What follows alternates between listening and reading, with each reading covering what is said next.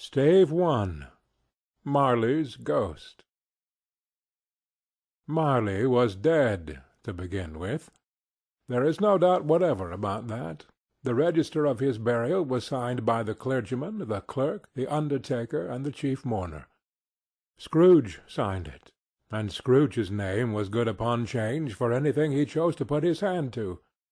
Old Marley was as dead as a door-nail. Mind, I don't mean to say that I know, of my own knowledge, what there is particularly dead about a door-nail.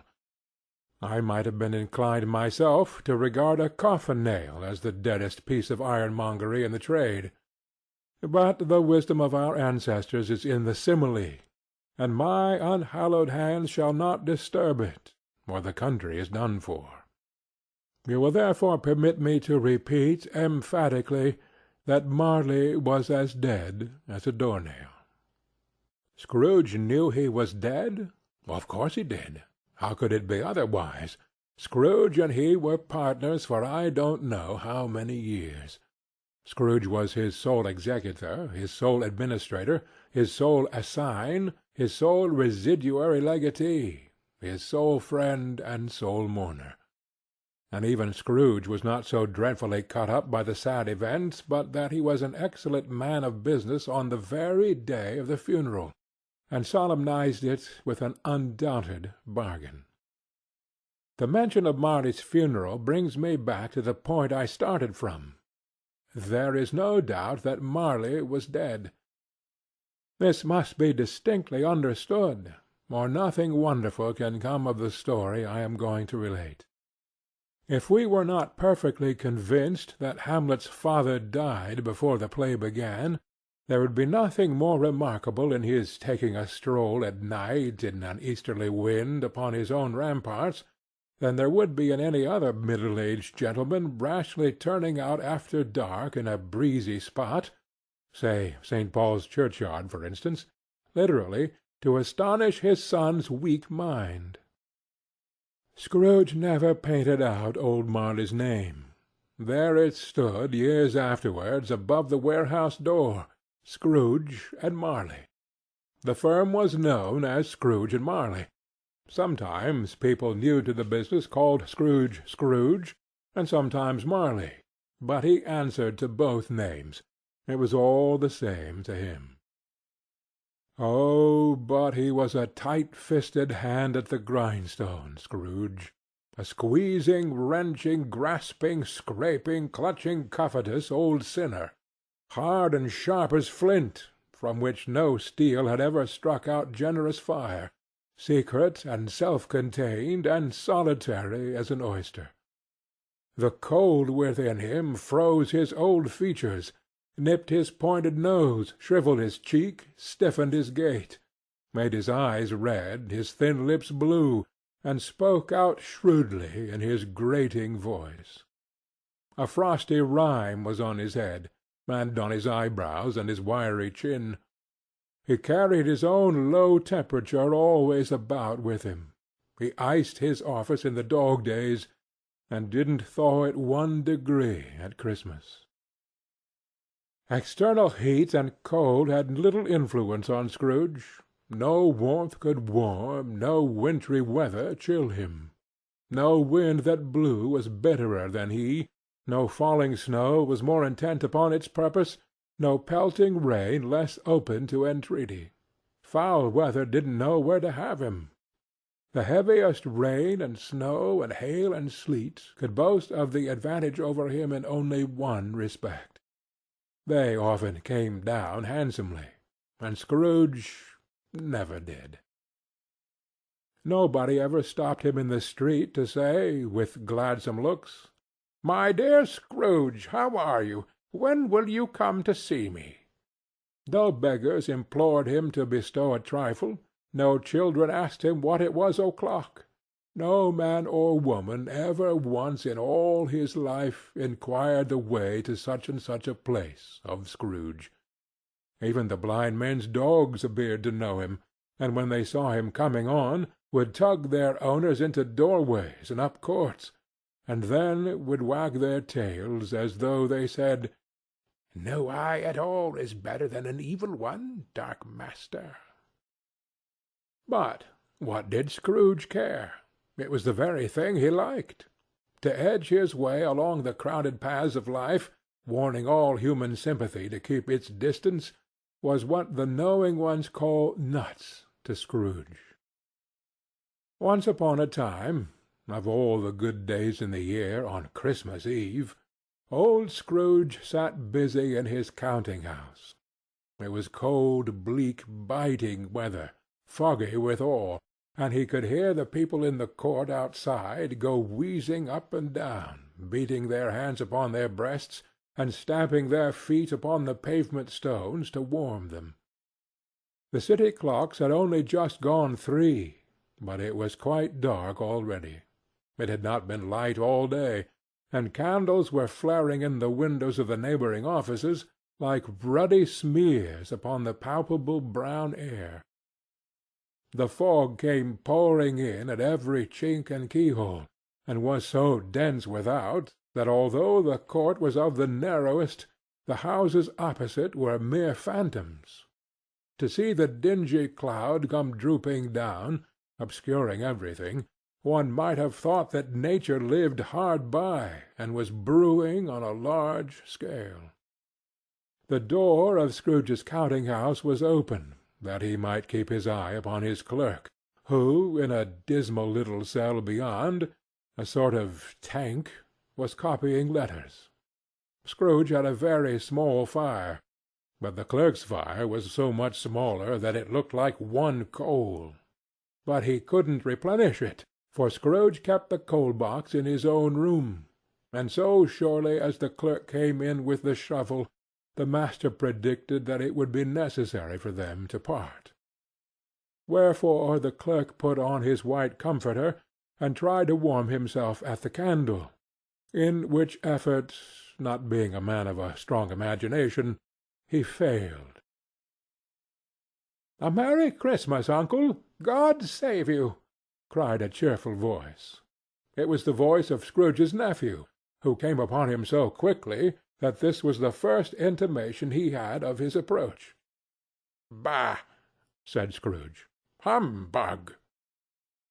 He had so heated himself with his rapid walking in the fog and frost, this nephew of Scrooge's, that he was all in a glow. His face was ruddy and handsome, his eyes sparkled, and his breath smoked again. "Christmas a humbug, uncle?"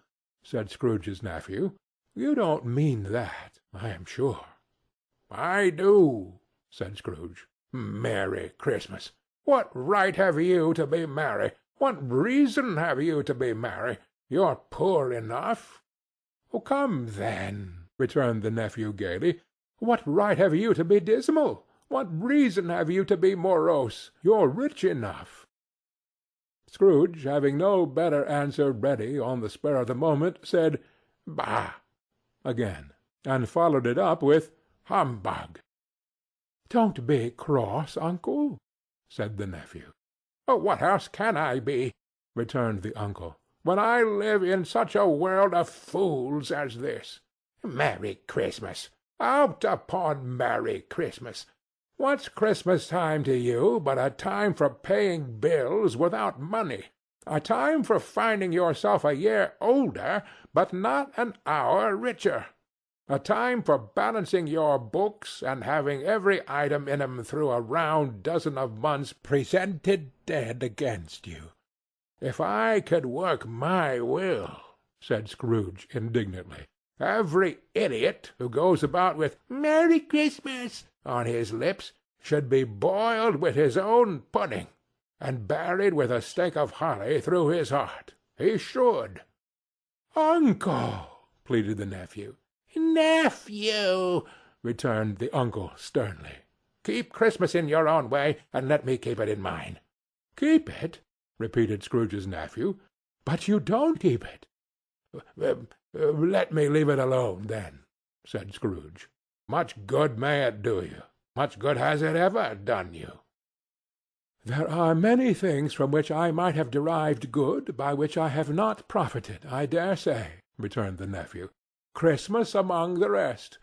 But I am sure I have always thought of Christmas-time, when it has come round, apart from the veneration due its sacred name and origin, if anything belonging to it can be apart from that, as a good time, a kind, forgiving, charitable, pleasant time, the only time I know of, in the long calendar of the year, when men and women seem by one consent to open their shut-up hearts freely, and to think of people below them as if they really were fellow-passengers to the grave, and not another race of creatures bound on other journeys.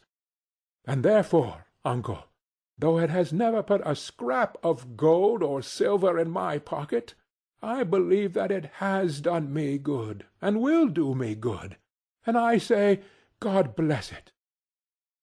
The clerk in the tank involuntarily applauded. Becoming immediately sensible of the impropriety, he poked the fire, and extinguished the last frail spark forever. "Let me hear another sound from you," said Scrooge, "and you'll keep your Christmas by losing your situation. You're quite a powerful speaker, sir," he added, turning to his nephew. "I wonder you don't go into Parliament."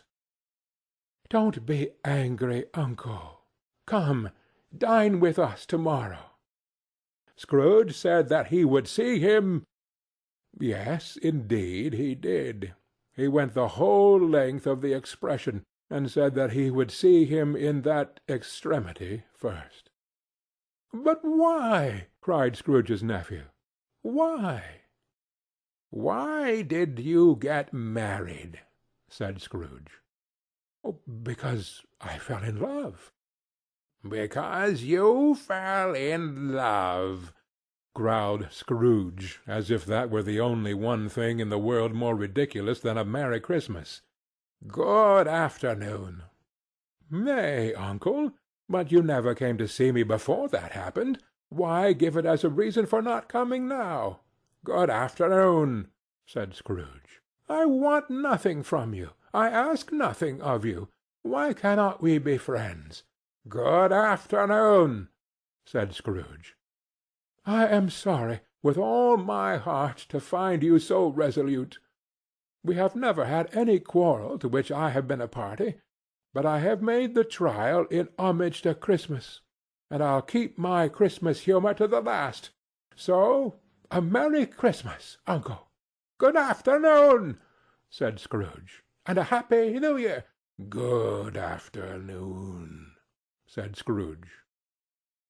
His nephew left the room without an angry word notwithstanding.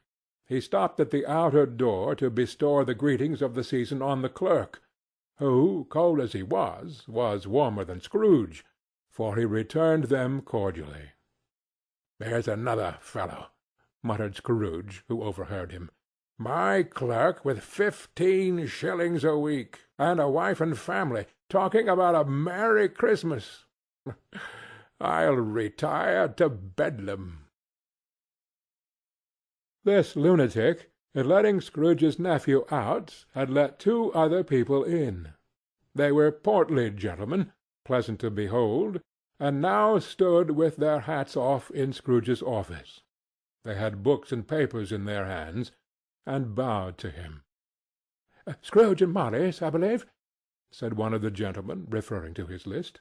"Have I the pleasure of addressing Mr. Scrooge or Mr. Marley?"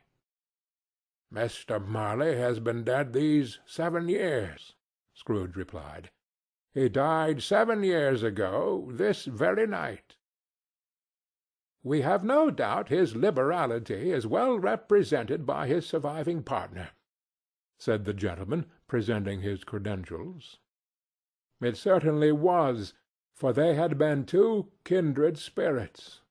At the ominous word liberality, Scrooge frowned, and shook his head, and handed the credentials back. "At this festive season of the year, Mr. Scrooge," said the gentleman, taking up a pen, "it is more than usually desirable that we should make some slight provision for the poor and destitute, who suffer greatly at the present time. Many thousands are in want of common necessaries. Hundreds of thousands are in want of common comforts, sir."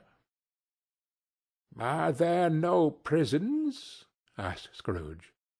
"Oh, plenty of prisons," said the gentleman, laying down the pen again. "And the Union workhouses," demanded Scrooge, "are they still in operation?" "They are still," returned the gentleman. "I wish I could say they were not." "The treadmill and the poor law are in full vigor, then?" said Scrooge. "Both very busy, sir." "Ah! I was afraid, from what you said at first, that something had occurred to stop them in their useful course," said Scrooge. "I'm very glad to hear it." "Under the impression that they scarcely furnish Christian cheer of mind or body to the multitude," returned the gentleman, "a few of us are endeavoring to raise a fund to buy the poor some meat and drink, and means of warmth. We choose this time because it is a time, of all others, when want is keenly felt, and abundance rejoices. What shall we put you down for?" "Nothing," Scrooge replied. "Ah, you wish to remain anonymous?" "I wish to be left alone," said Scrooge. "Since you ask me what I wish, gentlemen, that is my answer. I don't make merry myself at Christmas, and I can't afford to make idle people merry. I help to support the establishments I have mentioned. They cost enough, and those who are badly off must go there." "Many can't go there, and many would rather die." "If they would rather die," said Scrooge, "they had better do it, and decrease the surplus population. Besides, excuse me, I don't know that." "But you might know it," observed the gentleman. "It's not my business," Scrooge returned. "It's enough for a man to understand his own business, and not to interfere with other people's. Mine occupies me constantly. Good afternoon, gentlemen." Seeing clearly that it would be useless to pursue their point, the gentlemen withdrew. Scrooge resumed his labours with an improved opinion of himself, and in a more facetious temper than was usual with him. Meanwhile the fog and darkness thickened so that people ran about with flaring links, proffering their services to go before horses in carriages, and conduct them on their way. The ancient tower of a church, whose gruff old bell was always peeping slyly down at Scrooge out of a Gothic window in the wall, became invisible, and struck the hours and quarters in the clouds, with tremulous vibrations afterwards, as if its teeth were chattering in its frozen head up there.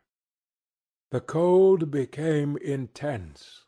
In the main street, at the corner of the court, some labourers were repairing the gas-pipes, and had lighted a great fire in a brazier, round which a party of ragged men and boys were gathered, warming their hands and winking their eyes before the blaze in rapture. The water-plug being left in solitude, its overflowings sullenly congealed, and turned to misanthropic ice. The brightness of the shops, where holly sprigs and berries crackled in the lamp heat of the windows, made pale faces ruddy as they passed. Poulterers' and grocers' trades became a splendid joke, a glorious pageant with which it was next to impossible to believe that such dull principles as bargain and sale had anything to do. The Lord Mayor, in the stronghold of the mighty Mansion House, gave orders to his 50 cooks and butlers to keep Christmas as a Lord Mayor's household should, and even the little tailor, whom he had fined 5 shillings on the previous Monday for being drunk and bloodthirsty in the streets, stirred up tomorrow's pudding in his garret, while his lean wife and the baby sallied out to buy the beef. Foggier yet and colder, piercing, searching, biting cold. If the good St. Dunstan had but nipped the evil spirit's nose with a touch of such weather as that, instead of using his familiar weapons, then indeed he would have roared to lusty purpose. The owner of one scant young nose, gnawed and mumbled by the hungry cold as bones are gnawed by dogs, stooped down at Scrooge's keyhole to regale him with a Christmas carol. But at the first sound of "God bless you, merry gentlemen, may nothing you dismay," Scrooge seized the ruler with such energy of action that the singer fled in terror, leaving the keyhole to the fog, an even more congenial frost. At length the hour of shutting up the counting-house arrived. With an ill will Scrooge dismounted from his stool, and tacitly admitted the fact to the expectant clerk in the tank, who instantly snuffed his candle out and put on his hat. "You'll want all day to-morrow, I suppose?" said Scrooge. "If quite convenient, sir." "It's not convenient," said Scrooge, "and it's not fair. If I was to stop half-a-crown for it, you'd think yourself ill-used, I'll be bound." The clerk smiled faintly. "And yet," said Scrooge, "you don't think me ill-used when I pay a day's wages for no work." The clerk observed that it was only once a year. "A poor excuse for picking a man's pocket every 25th of December," said Scrooge, buttoning his great-coat to the chin. "But I suppose you must have the whole day." "Be here all the earlier next morning." The clerk promised that he would, and Scrooge walked out with a growl. The office was closed in a twinkling, and the clerk, with the long ends of his white comforter dangling below his waist, for he boasted no greatcoat, went down a slide on Cornhill at the end of a lane of boys 20 times, in honor of its being Christmas Eve, and then ran home to Camden Town as hard as he could pelt, to play at blindman's buff. Scrooge took his melancholy dinner in his usual melancholy tavern, and having read all the newspapers, and beguiled the rest of the evening with his banker's book, went home to bed. He lived in chambers which had once belonged to his deceased partner. They were a gloomy suite of rooms in a lowering pile of building up a yard, where it had so little business to be, that one could scarcely help fancying it must have run there when it was a young house, playing at hide-and-seek with other houses, and forgotten the way out again. It was old enough now, and dreary enough, for nobody lived in it but Scrooge, the other rooms being all let out as offices. The yard was so dark that even Scrooge, who knew its every stone, was fain to grope with his hands. The fog and frost so hung about the black old gateway of the house that it seemed as if the genius of the weather sat in mournful meditation on the threshold. Now it is a fact that there was nothing at all particular about the knocker on the door, except that it was very large. It was also a fact that Scrooge had seen it, night and morning, during his whole residence in that place. Also that Scrooge had as little of what is called fancy about him as any man in the city of London, even including, which is a bold word, the corporation, aldermen, and livery. Let it also be borne in mind that Scrooge had not bestowed one thought on Marley since his last mention of his 7 years dead partner that afternoon. And then let any man explain to me, if he can, how it happened that Scrooge, having his key in the lock of the door, saw in the knocker, without its undergoing any intermediate process of change, not a knocker, but Marley's face. Marley's face! It was not in impenetrable shadow, as the other objects of the yard were, but had a dismal light about it, like a bad lobster in a dark cellar. It was not angry or ferocious, but looked at Scrooge as Marley used to look, with ghostly spectacles turned up on his ghostly forehead. The hair was curiously stirred, as if by breath or hot air, and though the eyes were wide open, They were perfectly motionless. That and its livid colour made it horrible, but its horror seemed to be in spite of the face and beyond its control, rather than a part of its own expression. As Scrooge looked fixedly at this phenomenon, it was a knocker again. To say that he was not startled, or that his blood was not conscious of a terrible sensation to which it had been a stranger from infancy, would be untrue. But he put his hand upon the key he had relinquished, turned it sturdily, walked in, and lighted his candle. He did pause, with a moment's irresolution, before he shut the door, and he did look cautiously behind it first, as if he half expected to be terrified with the sight of Marley's pigtail sticking out into the hall. But there was nothing on the back of the door except the screws and nuts that held the knocker on. So he said, "Pooh, pooh," and closed it with a bang. The sound resounded through the house like thunder. Every room above, and every cask in the wine merchant's cellars below, appeared to have a separate peal of echoes of its own. Scrooge was not a man to be frightened by echoes. He fastened the door and walked across the hall and up the stairs, slowly too, trimming his candle as he went. You may talk vaguely about driving a coach and six up a good old flight of stairs, or through a bad young Act of Parliament, but I mean to say you might have got a hearse up that staircase, and taken it broadwise, with the splinter bar towards the wall and the door towards the balustrades, and done it easy. There was plenty of width for that, and room to spare, which is perhaps the reason why Scrooge thought he saw a locomotive hearse going on before him in the gloom. Half a dozen gas lamps out of the street wouldn't have lighted the entry too well, so you may suppose that it was pretty dark with Scrooge's dip. Up Scrooge went, not caring a button for that. Darkness is cheap, and Scrooge liked it.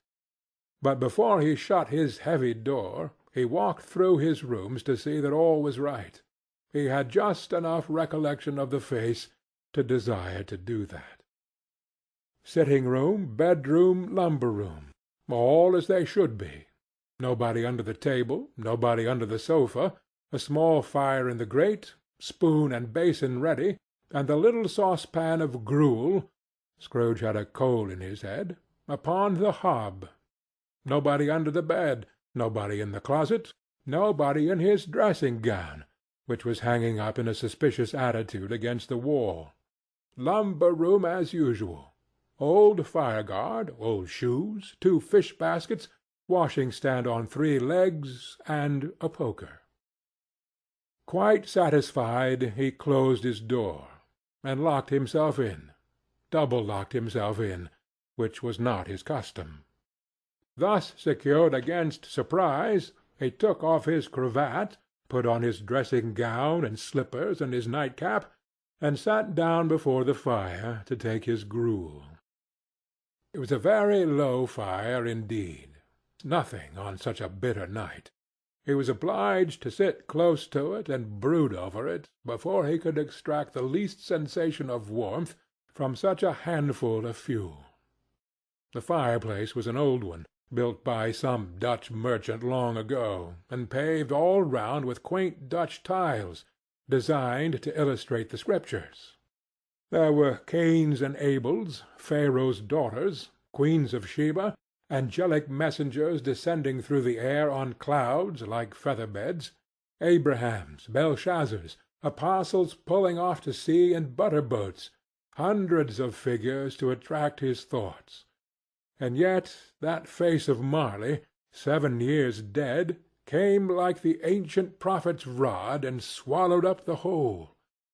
If each smooth tile had been a blank at first, with power to shape some picture on its surface from the disjointed fragments of his thoughts, there would have been a copy of old Marley's head on every one. "Humbug!" said Scrooge, and walked across the room. After several turns he sat down again. As he threw his head back in the chair, his glance happened to rest upon a bell, a disused bell that hung in the room and communicated for some purpose now forgotten with a chamber in the highest story of the building. It was with great astonishment, and with a strange inexplicable dread, that as he looked he saw this bell begin to swing. It swung so softly in the outset that it scarcely made a sound, but soon it rang out loudly, and so did every bell in the house. This might have lasted half a minute or a minute, but it seemed an hour. The bells ceased as they had begun, together. They were succeeded by a clanking noise, deep down below, as if some person were dragging a heavy chain over the casks in the wine-merchant's cellar. Scrooge then remembered to have heard that ghosts in haunted houses were described as dragging chains. The cellar door flew open with a booming sound, and then he heard the noise much louder on the floors below, then coming up the stairs, then coming straight towards his door. "Ah, it's humbug still," said Scrooge. "I won't believe it." His colour changed, though, when, without a pause, it came on through the heavy door, and passed into the room before his eyes. Upon its coming in, the dying flame leaped up, as though it cried, "I know him! Marley's ghost!" and fell again. The same face, the very same. Marley in his pigtail, usual waistcoat, tights and boots, the tassels on the latter bristling, like his pigtail and his coat-skirts, and the hair upon his head. The chain he drew was clasped about his middle. It was long, and wound about him like a tail, and it was made, for Scrooge observed it closely, of cash-boxes, keys, padlocks, ledgers, deeds, and heavy purses, wrought in steel. His body was transparent, so that Scrooge, observing him, and looking through his waistcoat, could see the 2 buttons on his coat behind.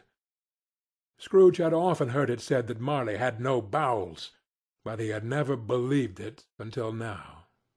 Nor did he believe it even now, though he looked the phantom through and through, and saw it standing before him, though he felt the chilling influence of its death-cold eyes, and marked the very texture of the folded kerchief bound about its head and chin, which wrapper he had not observed before, he was still incredulous, and fought against his senses. "How now?" said Scrooge, caustic and cold as ever. "What do you want with me?" "March." Marley's voice, no doubt about it. "Who are you?" "Ask me who I was." "Who were you, then?" said Scrooge, raising his voice. "You're particular for a shade." He was going to say "to a shade," but substituted this as more appropriate. "In life I was your partner, Jacob Marley." Can you sit down?" asked Scrooge, looking doubtfully at him. "I can." "Do it, then." Scrooge asked the question because he didn't know whether a ghost so transparent might find himself in a condition to take a chair, and felt that in the event of its being impossible, it might involve the necessity of an embarrassing explanation. But the ghost sat down on the opposite side of the fireplace, as if he were quite used to it. "You don't believe in me," observed the ghost. "I don't," said Scrooge. "What evidence would you have of my reality beyond that of your senses?" "I don't know," said Scrooge. "Why do you doubt your senses?" "Because," said Scrooge, "a little thing affects them. A slight disorder of the stomach makes them cheats. You may be an undigested bit of beef, a blot of mustard, a crumb of cheese, a fragment of an underdone potato. There's more of gravy than of grave about you, whatever you are." Scrooge was not much in the habit of cracking jokes, nor did he feel in his heart by any means waggish then. The truth is that he tried to be smart, as a means of distracting his own attention and keeping down his terror, for the spectre's voice disturbed the very marrow in his bones. To sit staring at those fixed glazed eyes in silence for a moment would play, Scrooge felt, the very deuce with him. There was something very awful, too, in the spectre's being provided with an infernal atmosphere of its own. Scrooge could not feel it himself, but this was clearly the case, for though the ghost sat perfectly motionless, its hair and skirts and tassels were still agitated, as by the hot vapour from an oven. "You see this toothpick?" said Scrooge, returning quickly to the charge for the reason just assigned, and wishing, though it were only for a second, to divert the vision's stony gaze from himself. "I do," replied the ghost. "You are not looking at it," said Scrooge. "But I see it," said the ghost, "notwithstanding." "Well," returned Scrooge, "I have but to swallow this, and be for the rest of my days persecuted by a legion of goblins, all of my own creation. Humbug, I tell you, humbug!" At this the spirit raised a frightful cry, and shook its chain with such a dismal and appalling noise that Scrooge held on tight to his chair to save himself from falling in a swoon. But how much greater was his horror when the phantom, taking off the bandage round its head, as if it were too warm to wear indoors, its lower jaw dropped down upon its breast. Scrooge fell upon his knees, and clasped his hands before his face. "Mercy!" he said. "Dreadful apparition! Why do you trouble me?"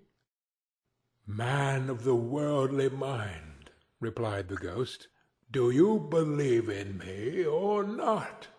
"I do," said Scrooge. "I must. But why do spirits walk the earth, and why do they come to me?" "It is required of every man," the ghost returned, "that the spirit within him should walk abroad among his fellow men, and travel far and wide.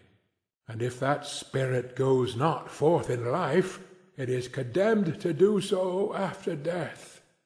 It is doomed to wander through the world. Woe is me! And witness what it cannot share, but might have shared on earth and turned to happiness." Again the spectre raised a cry, and shook its chain, and wrung its shadowy hands. "You are fettered," said Scrooge, trembling. "Tell me why."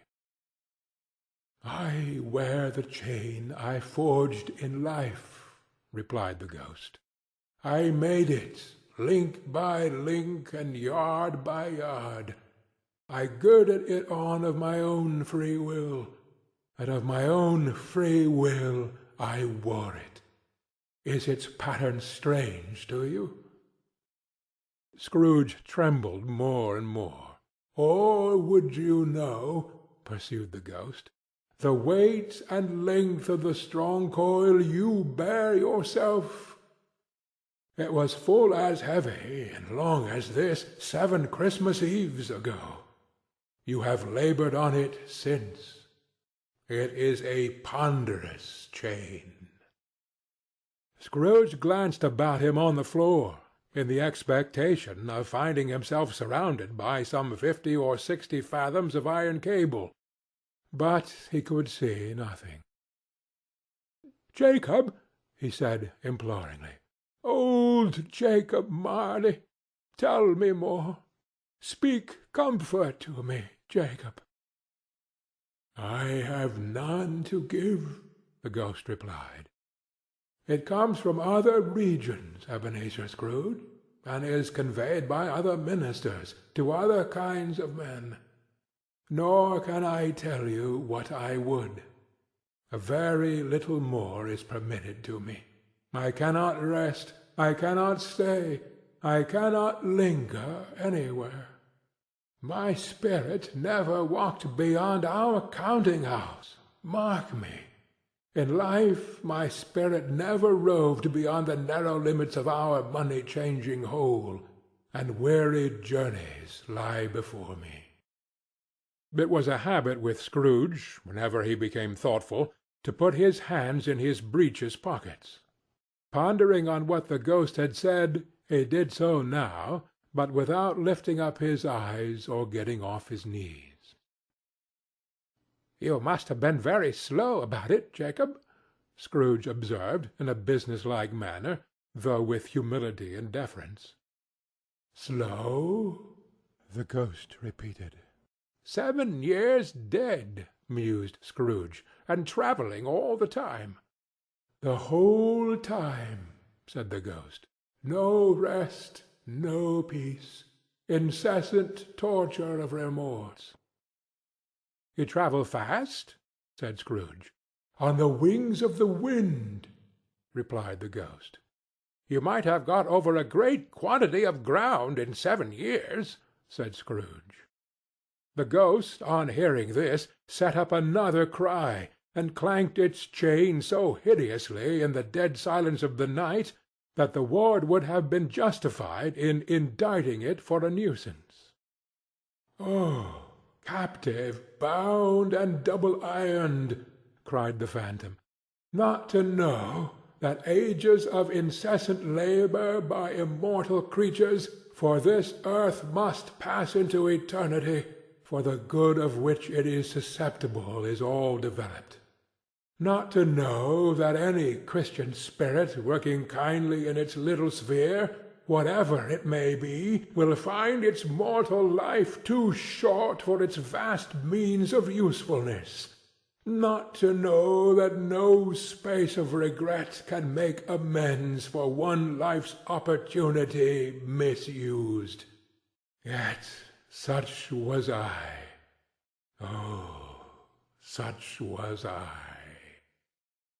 "But you were always a good man of business, Jacob," faltered Scrooge, who now began to apply this to himself. "Business!" cried the ghost, wringing his hands again. "Mankind was my business. The common welfare was my business. Charity, mercy, forbearance, and benevolence were all my business. The dealings of my trade were but a drop of water in the comprehensive ocean of my business." It held up its chain at arm's length, as if that were the cause of all its unavailing grief, and flung it heavily upon the ground again. "At this time of the rolling year," the spectre said, "I suffer most.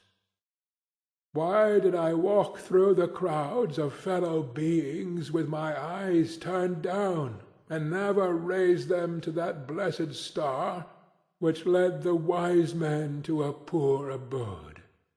Were there no poor homes to which its light would have conducted me?" Scrooge was very dismayed to hear the spectre go on at this rate, and began to quake exceedingly. "Hear me," cried the ghost. "My time is nearly gone." I will," said Scrooge. "But don't be hard upon me. Don't be flowery, Jacob. Pray—" "How it is that I appear before you in a shape that you can see, I may not tell. I have sat invisible beside you many and many a day." It was not an agreeable idea. Scrooge shivered, and wiped the perspiration from his brow. "That is no light part of my penance," pursued the ghost, "I am here to-night to warn you that you have yet a chance and hope of escaping my fate. A chance and hope of my procuring, Ebenezer." "You were always a good friend to me," said Scrooge. "Thank'ee." "You will be haunted," resumed the ghost, "by 3 spirits." Scrooge's countenance fell, almost as low as the ghost's had done.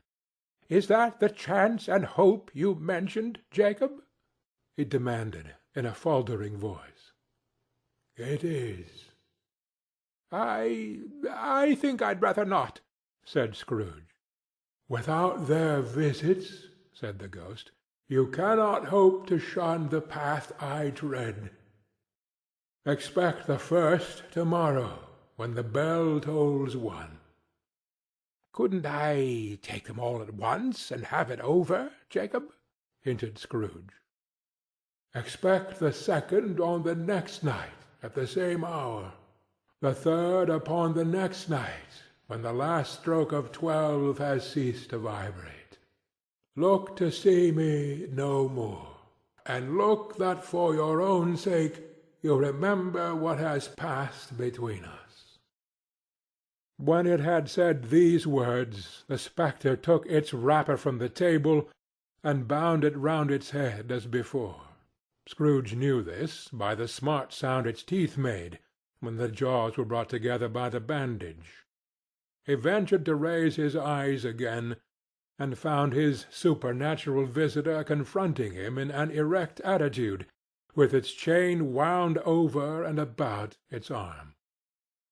The apparition walked backward from him, and at every step it took the window raised itself a little, so that when the spectre reached it, it was wide open.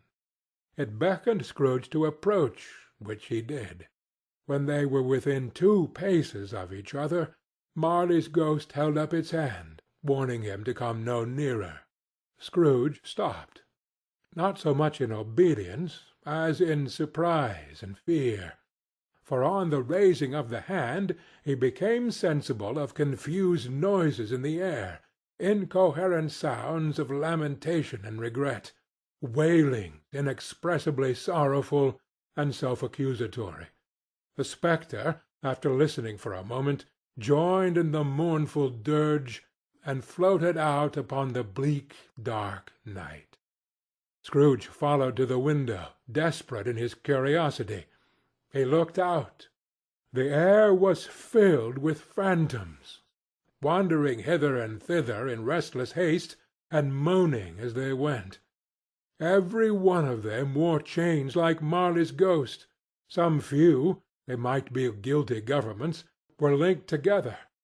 None were free. Many had been personally known to Scrooge in their lives. He had been quite familiar with one old ghost, in a white waistcoat, with a monstrous iron safe attached to his ankle, who cried piteously at being unable to assist a wretched woman with an infant, whom it saw below upon a doorstep. The misery with them all was, clearly, that they sought to interfere for good in human matters, and had lost the power forever. Whether these creatures faded into mist, or mist enshrouded them, he could not tell. But they and their spirit voices faded together, and the night became as it had been when he walked home. Scrooge closed the window and examined the door by which the ghost had entered. It was double-locked, as he had locked it with his own hands, and the bolts were undisturbed. He tried to say "Humbug," but stopped at the first syllable. And being, from the emotion he had undergone, or the fatigues of the day, or his glimpse of the invisible world, or the dull conversation of the ghost, or the lateness of the hour, much need of repose, went straight to bed without undressing, and fell asleep upon the instant. End of Stave 1.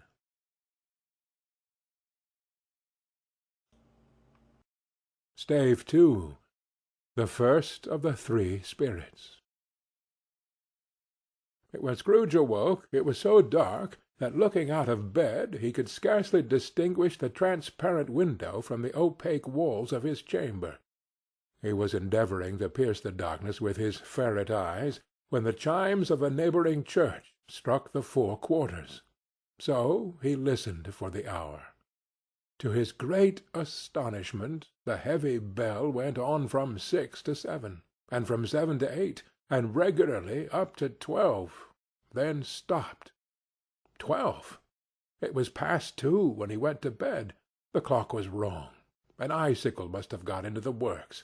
12! He touched the spring of his repeater to correct this most preposterous clock. Its rapid little pulse beat 12, and stopped. "Why, it isn't possible," said Scrooge, "that I can have slept through a whole day and far into another night. It isn't possible that anything has happened to the sun, and this is 12 at noon." The idea being an alarming one, he scrambled out of bed and groped his way to the window. He was obliged to rub the frost off with the sleeve of his dressing-gown before he could see anything, and could see very little then. All he could make out was that it was still very foggy and extremely cold, and that there was no noise of people running to and fro and making a great stir, as there unquestionably would have been if night had beaten off bright day and taken possession of the world. This was a great relief, because 3 days after sight of the first of exchange paid to Mr. Ebenezer Scrooge or his order, and so forth, would have become a mere United States security if there were no days to count by. Scrooge went to bed again and thought, and thought, and thought it over and over and over, and could make nothing of it. The more he thought, the more perplexed he was, and the more he endeavoured not to think, the more he thought. Marley's ghost bothered him exceedingly. Every time he resolved within himself, after mature inquiry, that it was all a dream, his mind flew back again, like a strong string released, to its first position, and presented the same problem to be worked all through. Was it a dream or not? Scrooge lay in this state until the chime had gone 3 quarters more, when he remembered, on a sudden, that the ghost had warned him of a visitation when the bell tolled 1. He resolved to lie awake until the hour was past, and, considering that he could no more go to sleep than go to heaven, this was perhaps the wisest resolution in his power. The quarter was so long that he was more than once convinced he must have sunk into a doze unconsciously and missed the clock. At length it broke upon his listening ear. "Ding-dong! 1/4 past," said Scrooge, counting. "Ding-dong! 1/2 past," said Scrooge. "Ding-dong! 1/4 to it," said Scrooge. "Ding-dong! The hour itself," said Scrooge triumphantly, "and nothing else." He spoke before the hour bell sounded, which it now did with a deep, dull, hollow, melancholy 1. Light flashed up in the room upon the instant, and the curtains of his bed were drawn. The curtains of his bed were drawn aside, I tell you, by a hand. Not the curtains at his feet, nor the curtains at his back, but those to which his face was addressed. The curtains of his bed were drawn aside, and Scrooge, starting up into a half-recumbent attitude, found himself face to face with the unearthly visitor who drew them, as close to it as I am now to you, and I am standing in the spirit at your elbow. It was a strange figure, like a child, yet not so like a child as like an old man, viewed through some supernatural medium, which gave him the appearance of having receded from the view, and being diminished to a child's proportions. Its hair, which hung about its neck and down its back, was white as if with age, and yet the face had not a wrinkle in it, and the tenderest bloom was on the skin. The arms were very long and muscular, the hands the same, as if its hold were of uncommon strength. Its legs and feet, most delicately formed, were, like those upper members, bare. It wore a tunic of the purest white, and round its waist was bound a lustrous belt, the sheen of which was beautiful. It held a branch of fresh green holly in its hand, and in singular contradiction of that wintry emblem, had its dress trimmed with summer flowers. But the strangest thing about it was, that from the crown of its head there sprang a bright, clear jet of light, by which all this was visible, and which was doubtless the occasion of its using, in its duller moments, a great extinguisher for a cap, which it now held under its arm. Even this, though, when Scrooge looked at it with increasing steadiness, was not its strangest quality, for as its belt sparkled and glittered now in one part and now in another, and what was light one instant another time was dark, so the figure itself fluctuated in its distinctness, being now a thing with one arm, and now with one leg, now with 20 legs, now a pair of legs without a head, now a head without a body, of which dissolving parts no outline would be visible in the dense gloom wherein they melted away. And in the very wonder of this, it would be itself again, distinct and clear as ever. "Are you the spirit, sir, whose coming was foretold to me?" asked Scrooge. "I am." The voice was soft and gentle, singularly low, as if instead of being so close beside him, it were at a distance. "Who and what are you?" Scrooge demanded. "I am the ghost of Christmas past." "Long past?" inquired Scrooge, observant of its dwarfish stature. "No, your past."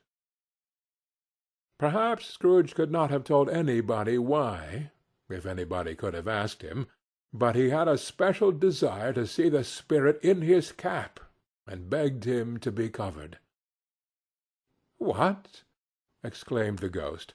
"Would you so soon put out with worldly hands the light I give? Is it not enough that you are one of those whose passions made this cap, and force me through whole trains of years to wear it low upon my brow?" Scrooge reverently disclaimed all intention to offend, or any knowledge of having wilfully bonneted the spirit at any period of his life. He then made bold to inquire what business brought him there. "Your welfare," said the ghost.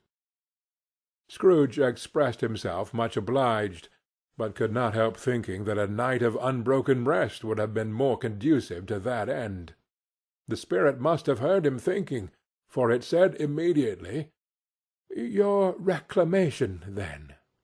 Take heed." It put out its strong hand as it spoke, and clasped him gently by the arm. "Rise, and walk with me." It would have been in vain for Scrooge to plead that the weather and the hour were not adapted to pedestrian purposes, that bed was warm, and the thermometer a long way below freezing, that he was clad but lightly in his slippers, dressing-gown, and nightcap, and that he had a cold upon him at the time. The grasp, though gentle as a woman's hand, was not to be resisted. He rose, but finding that the spirit made towards the window, clasped his robe in supplication. "I am a mortal," Scrooge remonstrated, "and liable to fall." "Bear but a touch of my hand, there," said the spirit, laying it upon his heart, "and you shall be upheld in more than this." As the words were spoken, they passed through the wall, and stood upon an open country road, with fields on either hand. The city had entirely vanished. Not a vestige of it was to be seen. The darkness and the mist had vanished with it, for it was a clear, cold winter day, with snow upon the ground. "Good heaven!" said Scrooge, clasping his hands together as he looked about him. "I was bred in this place. I was a boy here." The spirit gazed upon him mildly. Its gentle touch, though it had been light and instantaneous, appeared still present to the old man's sense of feeling. He was conscious of 1,000 odours floating in the air, each one connected with 1,000 thoughts and hopes and joys and cares long, long forgotten. "Your lip is trembling," said the ghost. "And what is that upon your cheek?" Scrooge muttered, with an unusual catching in his voice, that it was a pimple, and begged the ghost to lead him where he would. "You recollect the way?" inquired the spirit. "Remember it!" cried Scrooge with fervour. "I could walk it blindfold." "Strange to have forgotten it for so many years," observed the ghost. "Let us go on." They walked along the road, Scrooge recognizing every gate and post and tree, until a little market town appeared in the distance, with its bridge, its church, and winding river. Some shaggy ponies now were seen trotting towards them with boys upon their backs, who called to other boys in country gigs and carts, driven by farmers. All these boys were in great spirits, and shouted to each other, until the broad fields were so full of merry music that the crisp air laughed to hear it. "These are but shadows of the things that have been," said the ghost. "They have no consciousness of us." The jocund travellers came on, and as they came, Scrooge knew and named them, every one. Why was he rejoiced beyond all bounds to see them? Why did his cold eye glisten, and his heart leap up as they went past? Why was he filled with gladness when he heard them give each other Merry Christmas, as they parted at crossroads and byways for their several homes? What was Merry Christmas to Scrooge? Out upon Merry Christmas! What good had it ever done to him? "The school is not quite deserted," said the ghost. "A solitary child, neglected by his friends, is left there still." Scrooge said he knew it, and he sobbed.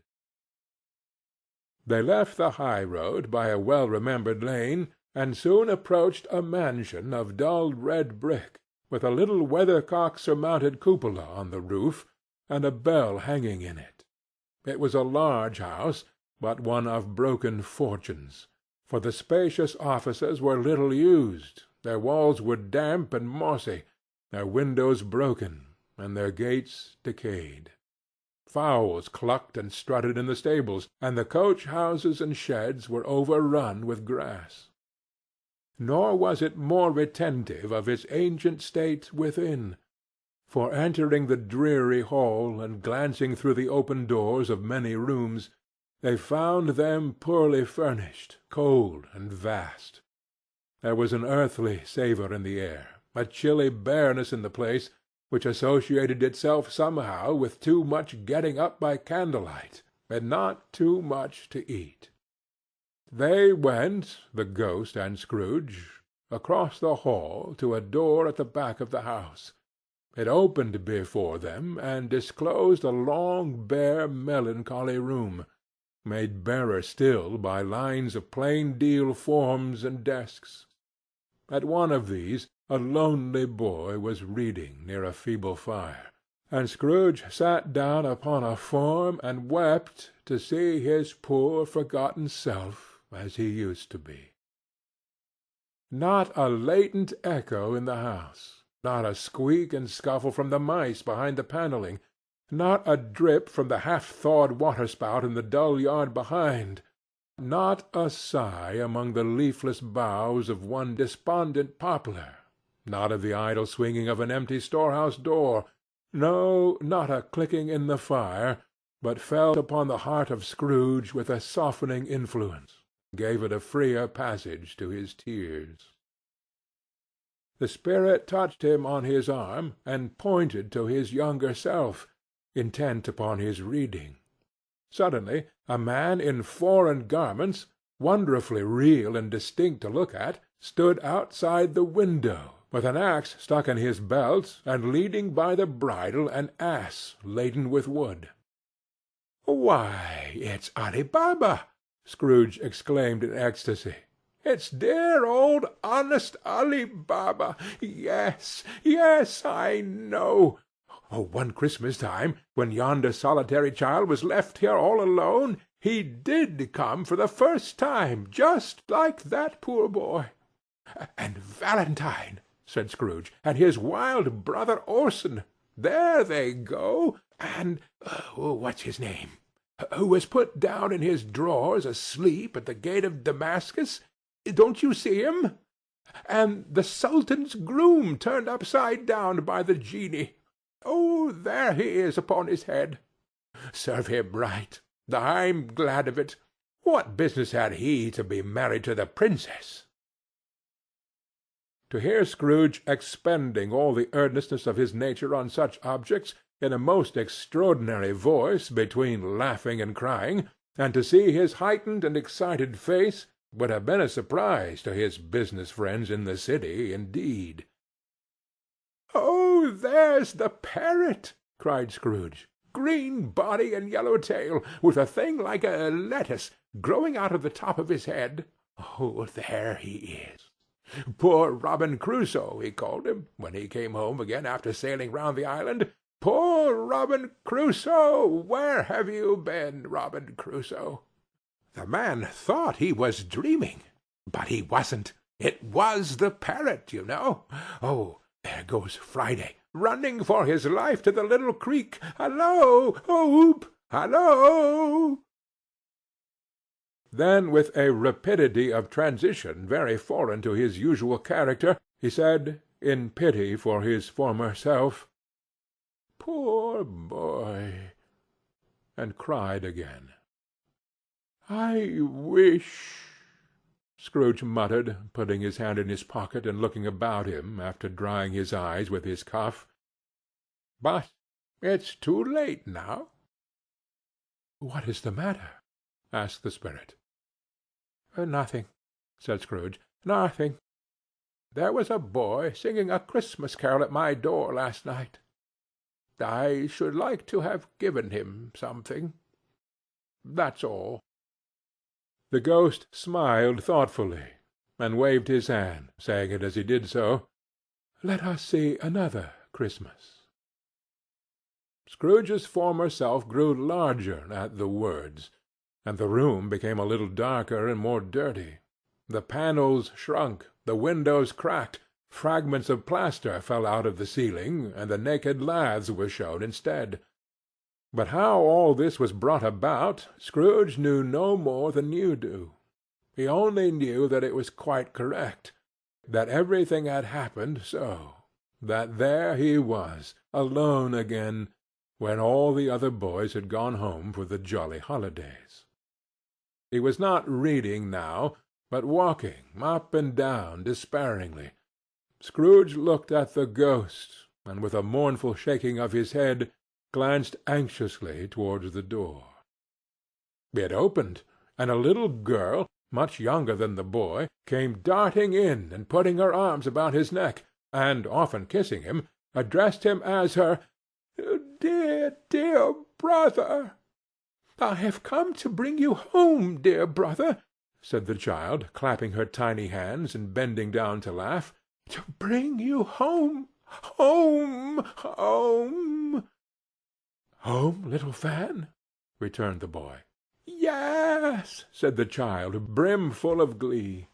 "Home for good and all, home for ever and ever. Father is so much kinder than he used to be, that home's like heaven. He spoke so gently to me one dear night when I was going to bed, that I was not afraid to ask him once more if you might come home. And he said, yes, you should, and sent me in a coach to bring you. And you're to be a man, said the child, opening her eyes, and are never to come back here. But first we're to be together all the Christmas long, and have the merriest time in all the world.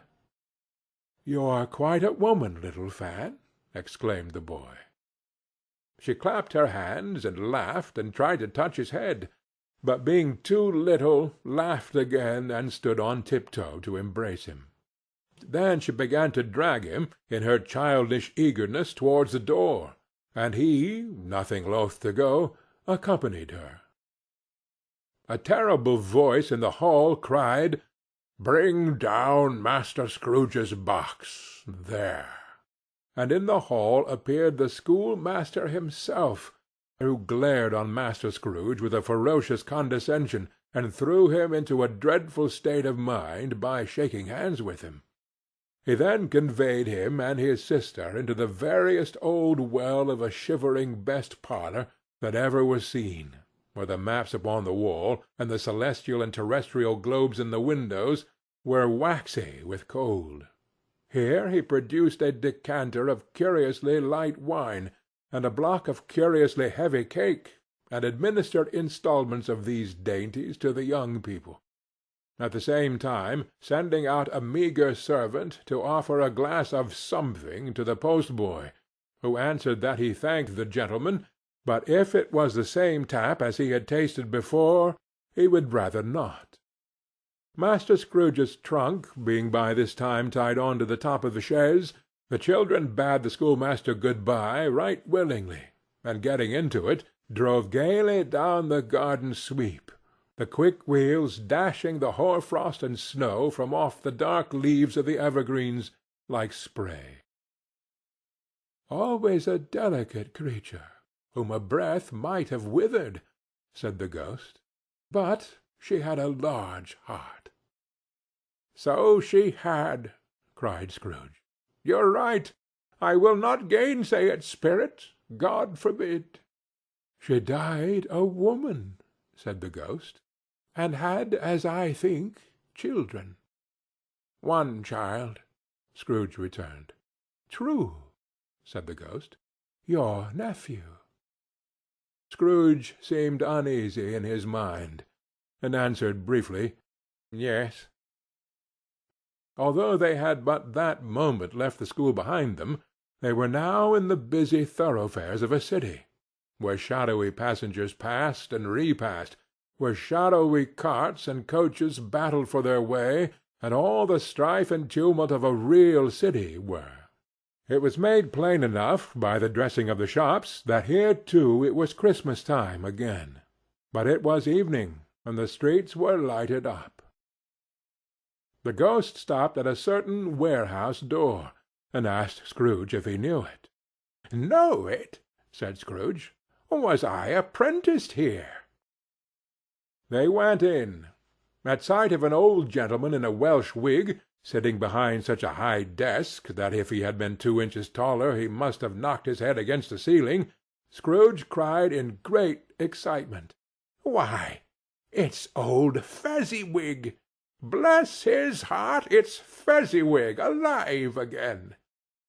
Old Fezziwig laid down his pen and looked up at the clock, which pointed to the hour of 7.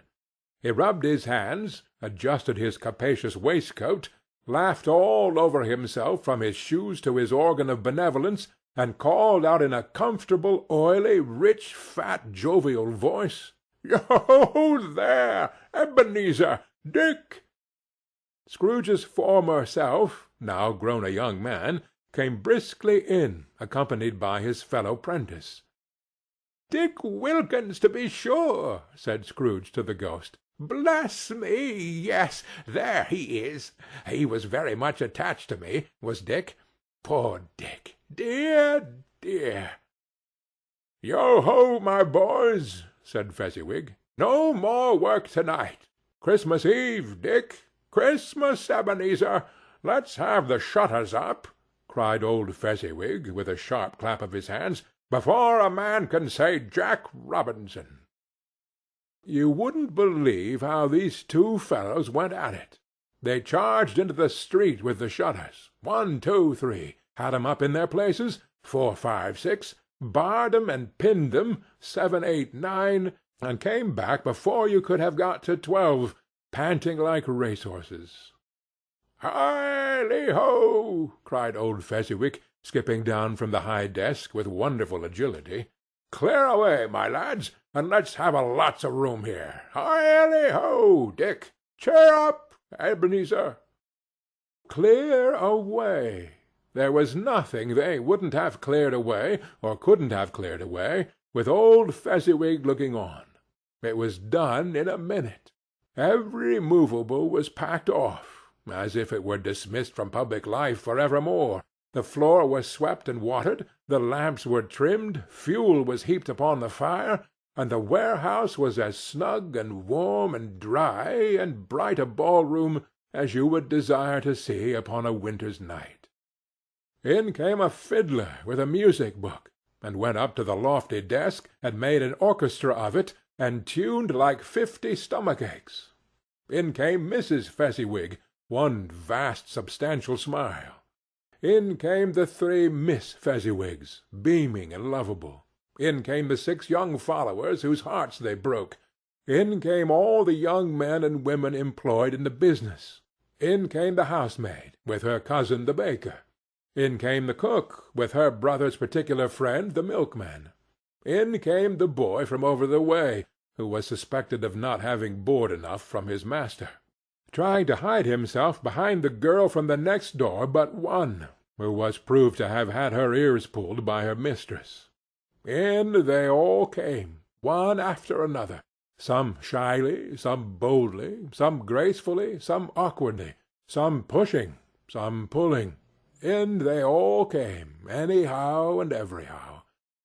Away they all went, 20 couple at once, hands half round and back again the other way, down the middle and up again, round and round in various stages of affectionate grouping, old top couple always turning up in the wrong place, new top couple starting off again as soon as they got there, all top couples at last, and not a bottom one to help them.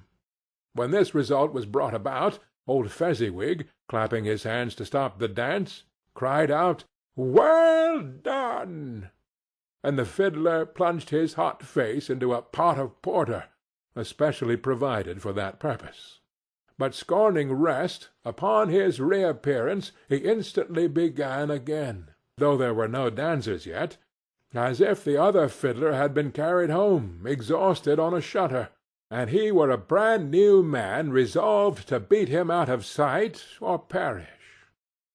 There were more dances, and there were forfeits, and more dances, and there was cake, and there was negus, and there was a great piece of cold roast, and there was a great piece of cold boiled, and there were minced pies, and plenty of beer. But the great effect of the evening came after the roast and boiled, when the fiddler, an artful dog mind, the sort of man who knew his business better than you or I could have told it him, struck up Sir Roger de Coverley. Then old Fezziwig stood out to dance with Mrs. Fezziwig, top couple too, with a good stiff piece of work cut out for them, 3 or 4 or 20 pair of partners, people who would dance, and had no notion of walking. But if they had been twice as many, 4 times, old Fezziwig would have been a match for them, and so would Mrs. Fezziwig. As to her, she was worthy to be his partner in every sense of the term. If that's not high praise, tell me higher, and I'll use it. A positive light appeared to issue from Fezziwig's calves. They shone in every part of the dance like moons. You couldn't have predicted, at any given time, what would have become of them next. And when old Fezziwig and Mrs. Fezziwig had gone all through the dance, advance and retire, both hands to your partner, bow and curtsy, corkscrew, thread the needle, and back again to your place, Fezziwig cut so deftly that he appeared to wink with his legs, and came upon his feet again without a stagger. When the clock struck 11, the domestic ball broke up. Mr. and Mrs. Fezziwig took their station, one on either side of the door, and shaking hands with every person individually as he or she went out, wished him or her a Merry Christmas. When everybody had retired but the two prentices, they did the same to them, and thus the cheerful voices died away, and the lads were left to their beds, which were under a counter in the back shop. During the whole of this time Scrooge had acted like a man out of his wits. His heart and soul were in the scene, and with his former self. He corroborated everything, remembered everything, enjoyed everything, and underwent the strangest agitation. It was not until now, when the bright faces of his former self and Dick were turned from them, that he remembered the ghost, and became conscious that it was looking full upon him, while the light upon its head burnt very clear. "A small matter," said the ghost, "to make these silly folks so full of gratitude." "Small!" echoed Scrooge. The spirit signed to him to listen to the two apprentices, who were pouring out their hearts in praise of Fezziwig, and when he had done so, said, "Why, is it not? He has spent but a few pounds of your mortal money. 3 or 4, perhaps. Is that so much that he deserves this praise?" "But isn't that," said Scrooge, heated by the remark, and speaking unconsciously like his former, not his latter, self, "and isn't that, spirit, he has the power to render us happy or unhappy, to make our service light or burdensome, a pleasure or a toil? Say that his power lies in words and looks, in things so slight and insignificant that it is impossible to add and count 'em up. What then? The happiness he gives is quite as great as if it cost a fortune." He felt the spirit's glance, and stopped. "What is the matter?" asked the ghost. "Nothing particular," said Scrooge. "Something, I think," the ghost insisted. "No," said Scrooge. "No, I should like to be able to say a word or two to my clerk just now. That's all." His former self turned down the lamps as he gave utterance to the wish, and Scrooge and the ghost again stood side by side in the open air. "My time grows short," observed the spirit. "Quick!" This was not addressed to Scrooge, or to any one he could see, but it produced an immediate effect. For again Scrooge saw himself. He was older now, a man in the prime of life. His face had not the harsh and rigid lines of later years, but it had begun to wear the signs of care and avarice.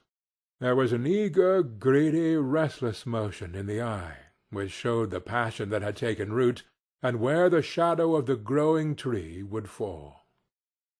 He was not alone, but sat by the side of a fair young girl in a mourning dress, in whose eyes there were tears, which sparkled in the light that shone out of the ghost of Christmas past. "It matters little," she said softly. "To you, very little. Another idol has displaced me, and if it can cheer and comfort you in time to come, as I would have tried to do, I have no just cause to grieve." "What idol has displaced you?" he rejoined. "A golden one." "This is the even-handed dealing of the world," he said. "There is nothing on which it is so hard as poverty, and there is nothing it professes to condemn with such severity as the pursuit of wealth." "You fear the world too much," she answered gently. "All your other hopes have merged into the hope of being beyond the chance of its sordid reproach. I have seen your nobler aspirations fall off, one by one, until the master passion, gain, engrosses you. Have I not?" "What then?" he retorted. "Even if I have grown so much wiser, what then? I am not changed towards you. She shook her head. Am I? Our contract is an old one. It was made when we were both poor and content to be so, until, in good season, we could improve our worldly fortune by our patient industry. You are changed. When it was made, you were another man. I was a boy, he said impatiently. Your own feeling tells you that you were not what you are, she returned. I am. That which promised happiness when we were one in heart is fraught with misery now that we are two. How often and how keenly I have thought of this, I will not say. It is enough that I have thought of it, and can release you. Have I ever sought release? In words, no, never. Or in what, then? In a changed nature, in an altered spirit, in another atmosphere of life, another hope as its great end, in everything that made my love of any worth or value in your sight. If this had never been between us, said the girl, looking mildly, but with steadiness upon him, tell me, would you seek me out and try to win me now? Ah, no. He seemed to yield to the justice of this supposition, in spite of himself. But he said, with a struggle, You think not. I would gladly think otherwise, if I could, she answered. Heaven knows, when I have learned a truth like this, I know how strong and irresistible it must be. But if you were free today, tomorrow, yesterday, can even I believe that you would choose a dowerless girl, you who, in your very confidence with her, weighing everything by gain, or choosing her, if for a moment you were false enough to your own guiding principle to do so, do I not know that your repentance and regret would surely follow? I do. And I release you, with a full heart, for the love of him you once were. He was about to speak, but with her head turned from him, she resumed. You may, the memory of what is past half makes me hope you will, have pain in this. A very, very brief time, and you will dismiss the recollection of it gladly, as an unprofitable dream, from which it happened well that you awoke. May you be happy in the life you have chosen. She left him, and they parted. Spirit, said Scrooge, show me no more. Conduct me home. Why do you delight to torture me? One shadow more, exclaimed the ghost. No more, cried Scrooge. No more. I don't wish to see it. Show me no more. But the relentless ghost pinioned him in both his arms, and forced him to observe what happened next. They were in another scene and place, a room, not very large or handsome, but full of comfort. Near to the winter fire sat a beautiful young girl, so like that last that Scrooge believed it was the same, until he saw her, now a comely matron, sitting opposite her daughter. The noise in this room was perfectly tumultuous, for there were more children there than Scrooge in his agitative state of mind could count, and unlike the celebrated herd in the poem, there were not 40 children conducting themselves like one, but every child was conducting itself like 40. The consequences were uproarious beyond belief, but no one seemed to care. On the contrary, the mother and daughter laughed heartily, and enjoyed it very much, and the latter, soon beginning to mingle in the sports, got pillaged by the young brigands most ruthlessly. What would I not have given to be one of them? Though I never could have been so rude. No, no. I wouldn't for the wealth of all the world have crushed that braided hair and torn it down, and for the precious little shoe I wouldn't have plucked it off, God bless my soul, to save my life. As to measuring her waist in sport, as they did, bold young brood, I couldn't have done it. I should have expected my arm to have grown round it for a punishment, and never come straight again. And yet I should have dearly liked, I own, to have touched her lips, to have questioned her, that she might have opened them, to have looked upon the lashes of my downcast eyes, and never raised a blush, to have let loose waves of hair, an inch of which would be a keepsake beyond price. In short, I should have liked, I do confess, to have had the lightest license of a child, and yet to have been man enough to know its value.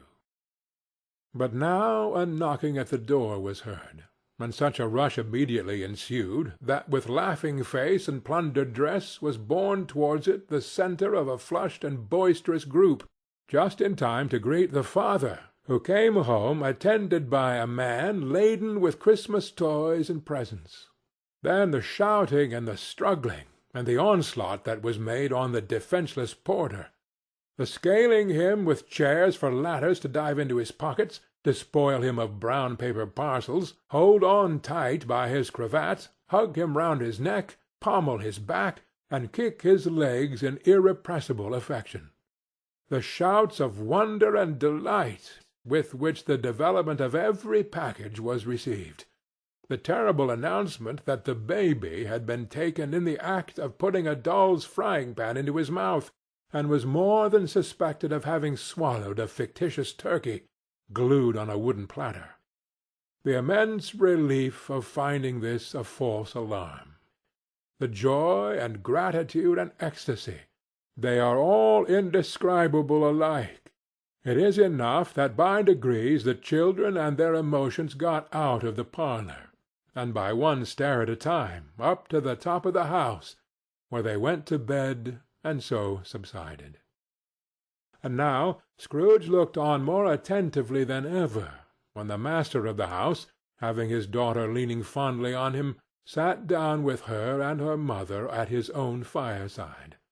And when he thought that such another creature, quite as graceful and as full of promise, might have called him father, and been a springtime in the haggard winter of his life, his sight grew very dim indeed. "Belle," said the husband, turning to his wife with a smile, "I saw an old friend of yours this afternoon." "Who was it?" "Guess."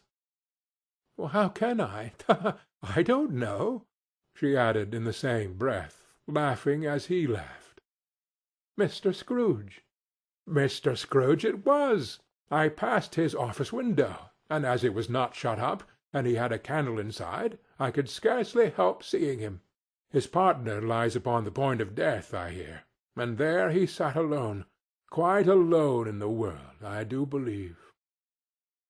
"Spirit," said Scrooge in a broken voice, "remove me from this place."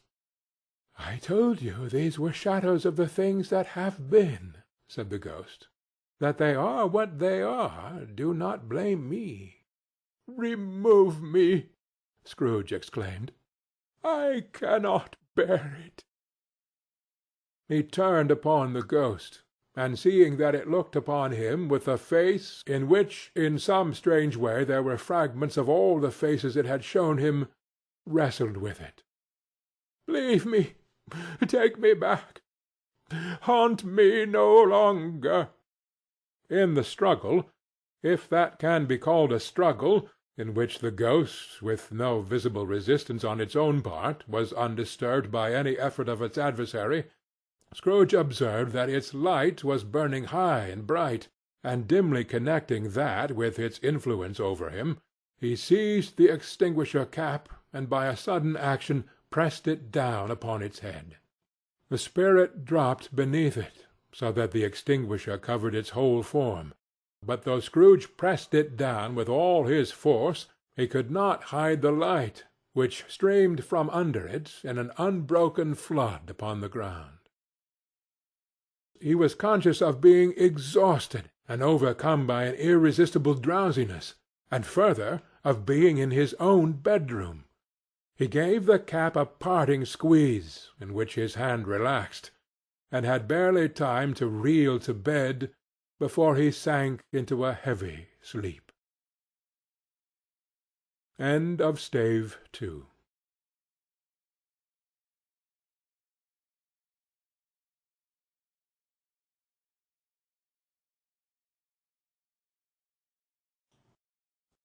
Stave 3. The second of the three spirits. Awakening in the middle of a prodigiously tough snore, and sitting up in bed to get his thoughts together, Scrooge had no occasion to be told that the bell was again upon the stroke of 1. He felt that he was restored to consciousness in the right nick of time for the especial purpose of holding a conference with the second messenger dispatched to him through Jacob Marley's intervention.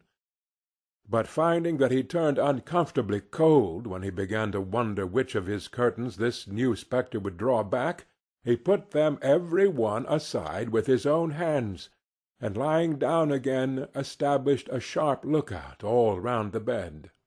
For he wished to challenge the spirit on the moment of its appearance, and did not wish to be taken by surprise and made nervous. Gentlemen of the free and easy sort, who plumed themselves on being acquainted with a move or two, and being usually equal to the time of day, express the wide range of their capacity for adventure by observing that they are good for anything from pitch and toss to manslaughter, between which opposite extremes no doubt there lies a tolerably wide and comprehensive range of subjects. Without venturing for Scrooge quite as heartily as this, I don't mind calling on you to believe that he was ready for a good broad field of strange appearances, and that nothing between a baby and a rhinoceros would have astonished him very much. Now, being prepared for almost anything, he was not by any means prepared for nothing, and consequently, when the bell struck 1 and no shape appeared, he was taken with a violent fit of trembling. 5 minutes, 10 minutes, a quarter of an hour went by, yet nothing came. All this time he lay upon his bed, the very core and centre of a blaze of ruddy light, which streamed upon it when the clock proclaimed the hour, and which, being only light, was more alarming than a dozen ghosts, as he was powerless to make out what it meant or would be at, and was sometimes apprehensive that he might be at that very moment an interesting case of spontaneous combustion, without having the consolation of knowing it. At last, however, he began to think, as you and I would have thought at first, for it is always the person not in the predicament who knows what ought to have been done in it, and would unquestionably have done it too. At last, I say, he began to think that the source and secret of this ghostly light might be in the adjoining room, from whence, on further tracing it, it seemed to shine. This idea taking full possession of his mind, he got up softly, and shuffled in his slippers to the door. The moment Scrooge's hand was on the lock, a strange voice called him by his name and bade him enter. He obeyed.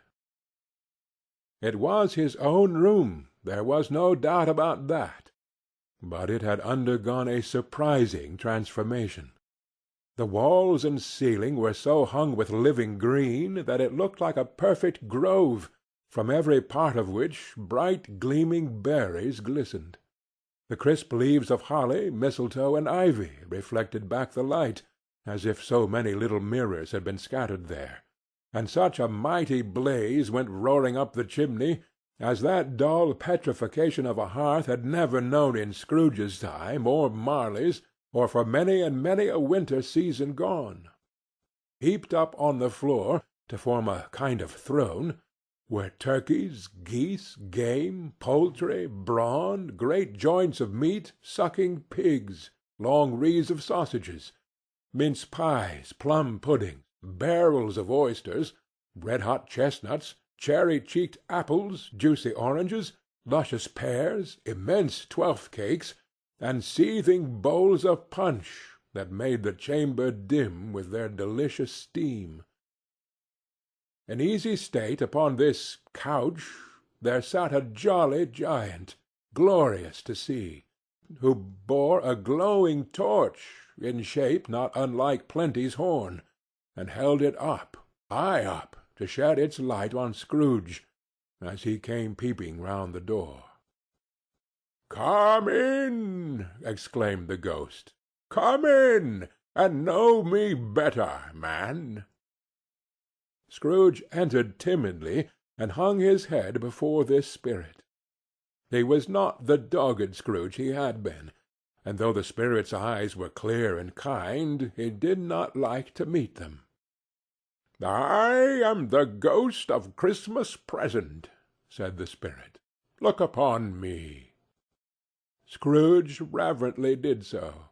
It was clothed in one simple green robe, or mantle, bordered with white fur.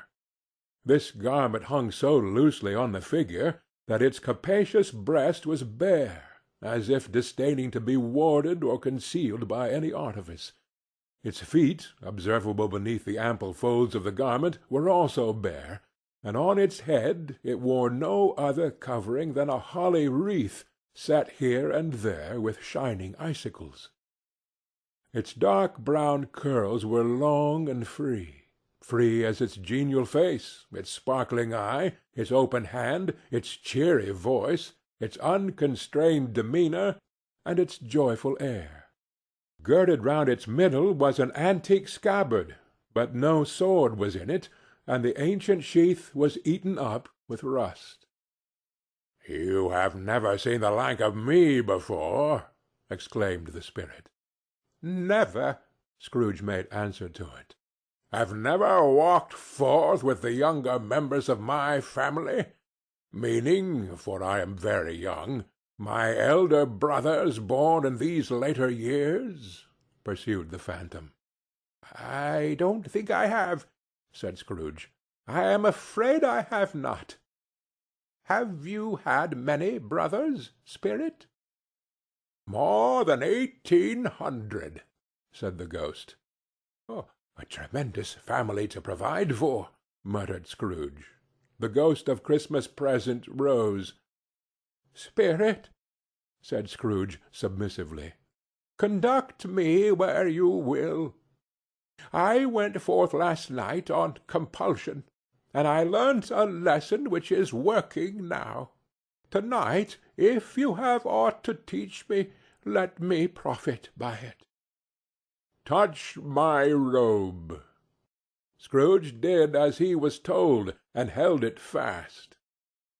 Holly, mistletoe, red berries, ivy, turkeys, geese, game, poultry, brawn, meat, pigs, sausages, oysters, pies, puddings, fruit, and punch, all vanished instantly.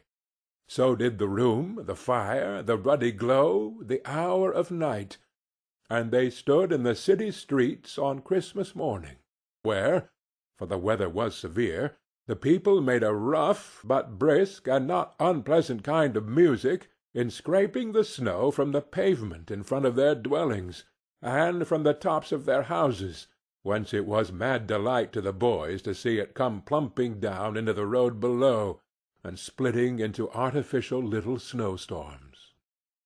The house fronts looked black enough, and the windows blacker, contrasting with the smooth white sheet of snow upon the roofs, and with the dirtier snow upon the ground, which last deposit had been ploughed up in deep furrows by the heavy wheels of carts and wagons, furrows that crossed and recrossed each other hundreds of times where the great streets branched off and made intricate channels, hard to trace in the thick yellow and icy water. The sky was gloomy, and the shortest streets were choked up with a dingy mist, half thawed, half frozen, whose heavier particles descended in a shower of sooty atoms, as if all the chimneys in Great Britain had by one consent caught fire and were blazing away to their dear hearts' content. There was nothing very cheerful in the climate or the town, and yet there was an air of cheerfulness abroad that the clearest summer air and the brightest summer sun might have endeavored to diffuse in vain. for the people who were shoveling away on the housetops were jovial and full of glee, calling out to one another from the parapets, and now and then exchanging a facetious snowball, better natured missile far than many a wordy jest, laughing heartily if it went right, and not less heartily if it went wrong. The poulterers' shops were still half open, and the fruiterers were radiant in their glory. There were great round pot-bellied baskets of chestnuts, shaped like the waistcoats of jolly old gentlemen, lolling at the doors and tumbling out into the street in their apoplectic opulence. There were ruddy, brown-faced, broad-girthed Spanish onions, shining in the fatness of their growth like Spanish friars, and winking from their shelves in wanton slyness at the girls as they went by and glanced demurely at the hung-up mistletoe. There were pears and apples clustered high in blooming pyramids. There were bunches of grapes, made, in the shopkeeper's benevolence, to dangle from conspicuous hooks, that people's mouths might water gratis as they passed.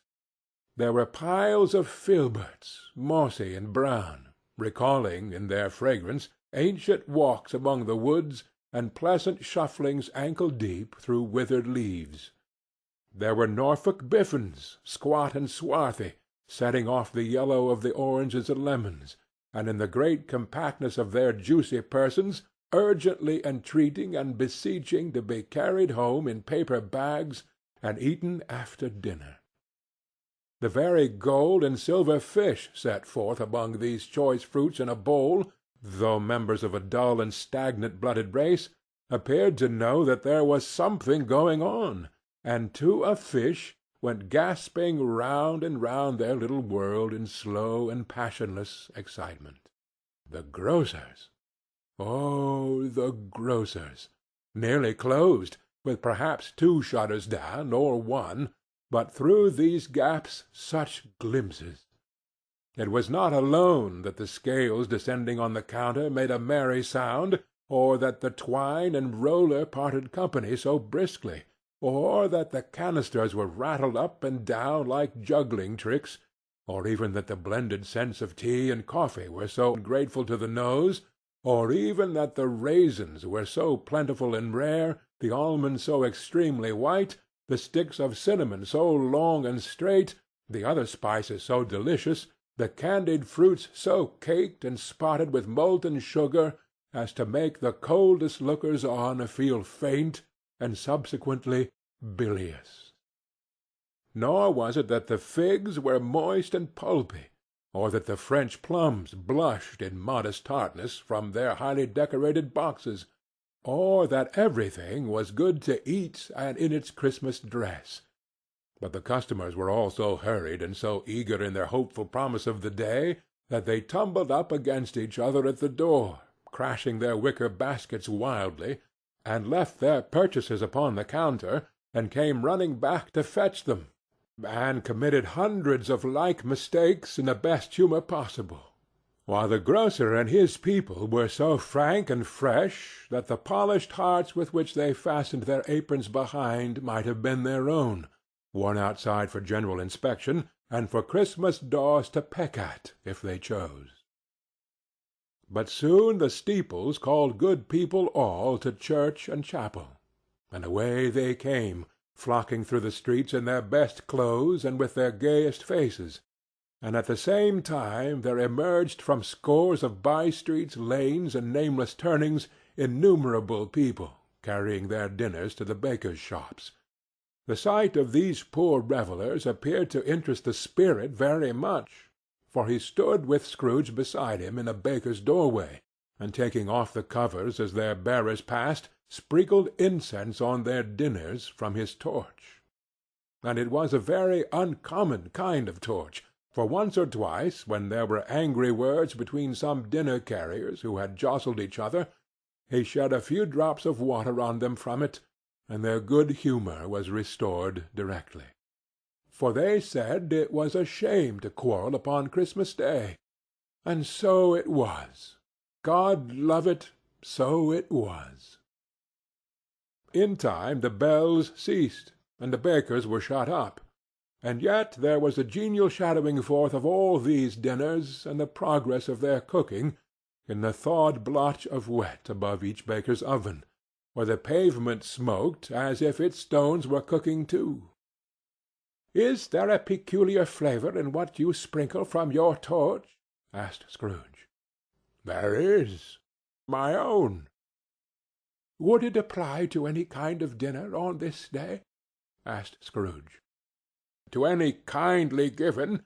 To a poor one most." "Why to a poor one most?" asked Scrooge. "Because it needs it most."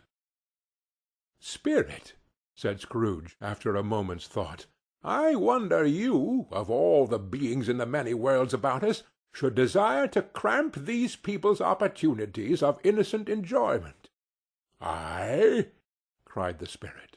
"You would deprive them of their means of dining every seventh day, often the only day on which they can be said to dine at all," said Scrooge. "Wouldn't you?" "I?" cried the spirit. "You seek to close these places on the seventh day," said Scrooge, "and it comes to the same thing." "I seek?" exclaimed the spirit. "Forgive me if I am wrong. It has been done in your name, or at least in that of your family," said Scrooge. "There are some upon this earth of yours," returned the spirit, "who lay claim to know us, and who do their deeds of passion, pride, ill-will, hatred, envy, bigotry, and selfishness in our name, who are as strange to us and all our kith and kin as if they had never lived. Remember that, and charge their doings on themselves, not us." Scrooge promised that he would, and they went on, invisible as they had been before, into the suburbs of the town. It was a remarkable quality of the ghost, which Scrooge had observed at the baker's, that notwithstanding his gigantic size, he could accommodate himself to any place with ease, and that he stood beneath a low roof quite as gracefully and like a supernatural creature as it was possible he could have done in any lofty hall. And perhaps it was the pleasure the good spirit had in showing off this power of his, or else it was his own kind, generous-hearted nature, and his sympathy with all poor men, that led him straight to Scrooge's clerk's, for there he went, and took Scrooge with him, holding to his robe. And on the threshold of the door the spirit smiled, and stopped to bless Bob Cratchit's dwelling with the sprinkling of his torch. Think of that! Bob had 15 bob a week himself. He pocketed on Saturdays but 15 copies of his Christian name, and yet the ghost of Christmas present blessed his 4-roomed house. Then up rose Mrs. Cratchit, Cratchit's wife, dressed out but poorly in a twice-turned gown, but brave in ribbons, which are cheap and make a goodly show for 6pence, and she laid the cloth, assisted by Belinda Cratchit, second of her daughters, also brave in ribbons, while Master Peter Cratchit plunged a fork into the saucepan of potatoes, and getting the corners of his monstrous shirt-collar, Bob's private property conferred upon his son and heir in honor of the day, into his mouth, rejoiced to find himself so gallantly attired, and yearned to show his linen in the fashionable parks. And now 2 smaller Cratchits, boy and girl, came tearing in, screaming that outside the baker's they had smelt the goose, and known it for their own, and basking in luxurious thoughts of sage and onion, these young Cratchits danced about the table, and exalted Master Peter Cratchit to the skies, while he, not proud, although his collars nearly choked him, blew the fire until the slow potatoes, bubbling up, knocked loudly at the saucepan lid to be let out and peeled. "What has ever got your precious father, then?" said Mrs. Cratchit. "And your brother, Tiny Tim? And Martha warn't as late last Christmas Day by half an hour."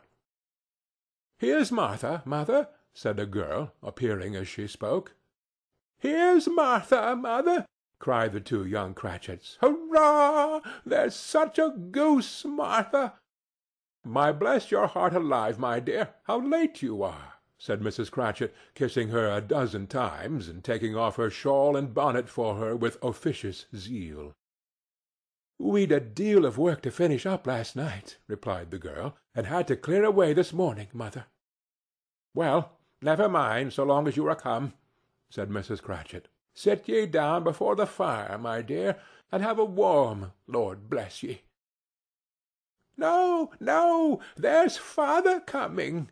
cried the two young Cratchits, who were everywhere at once. "Hide, Martha, hide!" So Martha hid herself, and in came little Bob, the father, with at least 3 feet of comforter, exclusive of the fringe, hanging down before him, and his threadbare clothes darned up and brushed to look seasonable, and Tiny Tim upon his shoulder. Alas for Tiny Tim! He bore a little crutch, and had his limbs supported by an iron frame. "Why, where's our Martha?" cried Bob Cratchit, looking around. "Not coming," said Mrs. Cratchit. "Not coming?" said Bob, with a sudden declension in his high spirits, for he had been Tim's blood-horse all the way from church, and had come home rampant. "Not coming upon Christmas Day!" Martha didn't like to see him disappointed, if it were only in joke, so she came out prematurely from behind the closet door and ran into his arms, while the two young Cratchits hustled Tiny Tim and bore him off into the wash-house, that he might hear the pudding singing in the copper. "And how did little Tim behave?" said Mrs. Cratchit, when she had rallied Bob on his credulity, and Bob had hugged his daughter to his heart's content. "Oh, as good as gold," said Bob, "and better. Somehow he gets thoughtful, sitting by himself so much, and thinks the strangest things you ever heard. He told me, coming home, that he hoped the people saw him in the church, because he was a cripple, and it might be pleasant to them to remember on Christmas Day, 'Who made the lame beggars walk, and blind men see.'" Bob's voice was tremulous when he told them this, and trembled more when he said that Tiny Tim was growing strong and hearty. His active little crutch was heard upon the floor, and back came Tiny Tim before another word was spoken, escorted by his brother and sister to his stool before the fire, and while Bob, turning up his cuffs, as if, poor fellow, they were capable of being made more shabby, compounded some hot mixture in a jug with gin and lemons, and stirred it round and round, and put it on the hob to simmer. Master Peter and the two ubiquitous young Cratchits went to fetch the goose, with which they soon returned in high procession. Such a bustle ensued that you might have thought a goose the rarest of all birds, a feathered phenomenon, to which a black swan was a matter of course. And in truth it was something very like it in that house. Mrs. Cratchit made the gravy, ready beforehand in a little saucepan, hissing hot. Master Peter mashed the potatoes with incredible vigor. Miss Belinda sweetened up the apple-sauce. Martha dusted the hot plates. Bob took Tiny Tim beside him in a tiny corner at the table. The two young Cratchits set chairs for everybody, not forgetting themselves, and mounting guard upon their posts, crammed spoons into their mouths, lest they should shriek for goose before their time came to be helped. At last the dishes were set on, and grace was said. It was succeeded by a breathless pause, as Mrs. Cratchit, looking slowly all along the carving-knife, prepared to plunge it in the breast. But when she did, and when the long-expected gush of stuffing issued forth, one murmur of delight arose all round the board, and even Tiny Tim, excited by the two young Cratchits, beat on the table with the handle of his knife, and feebly cried, "Hurrah!" There was never such a goose. Bob said he didn't believe there ever was such a goose cooked. Its tenderness and flavor, size and cheapness, were the themes of universal admiration. Eked out by apple-sauce and mashed potatoes, it was a sufficient dinner for the whole family. Indeed, as Mrs. Cratchit said with great delight, surveying one small atom of a bone upon the dish, they hadn't ate it all at last. Yet every one had had enough, and the youngest Cratchits in particular were steeped in sage and onion to the eyebrows. But now, the plates being changed by Miss Belinda, Mrs. Cratchit left the room alone, too nervous to bear witnesses, to take the pudding up and bring it in. Suppose it should not be done enough? Suppose it should break in turning out? Suppose somebody should have got over the wall of the back-yard and stolen it, while they were merry with the goose, a supposition at which the two young Cratchits became livid. All sorts of horrors were supposed. Hullo! A great deal of steam. The pudding was out of the copper. A smell like a washing-day. That was the cloth. A smell like an eating-house and a pastry-cook's next door to each other, with a laundress's next door to that. That was the pudding. In half a minute Mrs. Cratchit entered, flushed but smiling proudly, with the pudding, like a speckled cannon-ball, so hard and firm, blazing in half a quartern of ignited brandy, and bedight with Christmas holly stuck into the top. Oh, a wonderful pudding! Bob Cratchit said, and calmly too, that he regarded it as the greatest success achieved by Mrs. Cratchit since their marriage. Mrs. Cratchit said that now the weight was off her mind, she would confess that she had her doubts about the quantity of flour. Everybody had something to say about it, but nobody said or thought it was at all a small pudding for a large family. It would have been flat heresy to do so. Any Cratchit would have blushed to hint at such a thing. At last the dinner was all done. The cloth was cleared, the hearth swept, and the fire made up. The compound in the jug being tasted, and considered perfect, apples and oranges were put upon the table, and a shovelful of chestnuts on the fire. Then all the Cratchit family drew round the hearth, in what Bob Cratchit called a circle, meaning half a one, and at Bob Cratchit's elbow stood the family display of glass, 2 tumblers, and a custard cup without a handle. These held the hot stuff from the jug, however, as well as golden goblets would have done, and Bob served it out with beaming looks, while the chestnuts on the fire sputtered and cracked noisily. Then Bob proposed. "A Merry Christmas to us all, my dears. God bless us," which all the family re-echoed. "God bless us, every one," said Tiny Tim, the last of all. He sat very close to his father's side upon his little stool. Bob held his withered little hand in his, as if he loved the child, and wished to keep him by his side, and dreaded that he might be taken from him. "Spirit," said Scrooge, with an interest he had never felt before, "tell me if Tiny Tim will live." "I see a vacant seat," replied the ghost, "in the poor chimney-corner, and a crutch without an owner, carefully preserved. If these shadows remain unaltered by the future, the child will die." "No, no," said Scrooge. "Oh, no, kind spirit! Say he will be spared."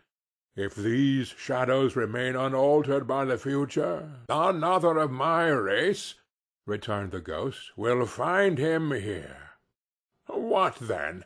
If he be like to die, he had better do it, and decrease the surplus population." Scrooge hung his head to hear his own words quoted by the spirit, and was overcome with penitence and grief. "Man," said the ghost, "if man you be in heart, not adamant, forbear that wicked cant until you have discovered what the surplus is, and where it is. Will you decide what men shall live, what men shall die? It may be that in the sight of heaven you are more worthless and less fit to live than millions like this poor man's child.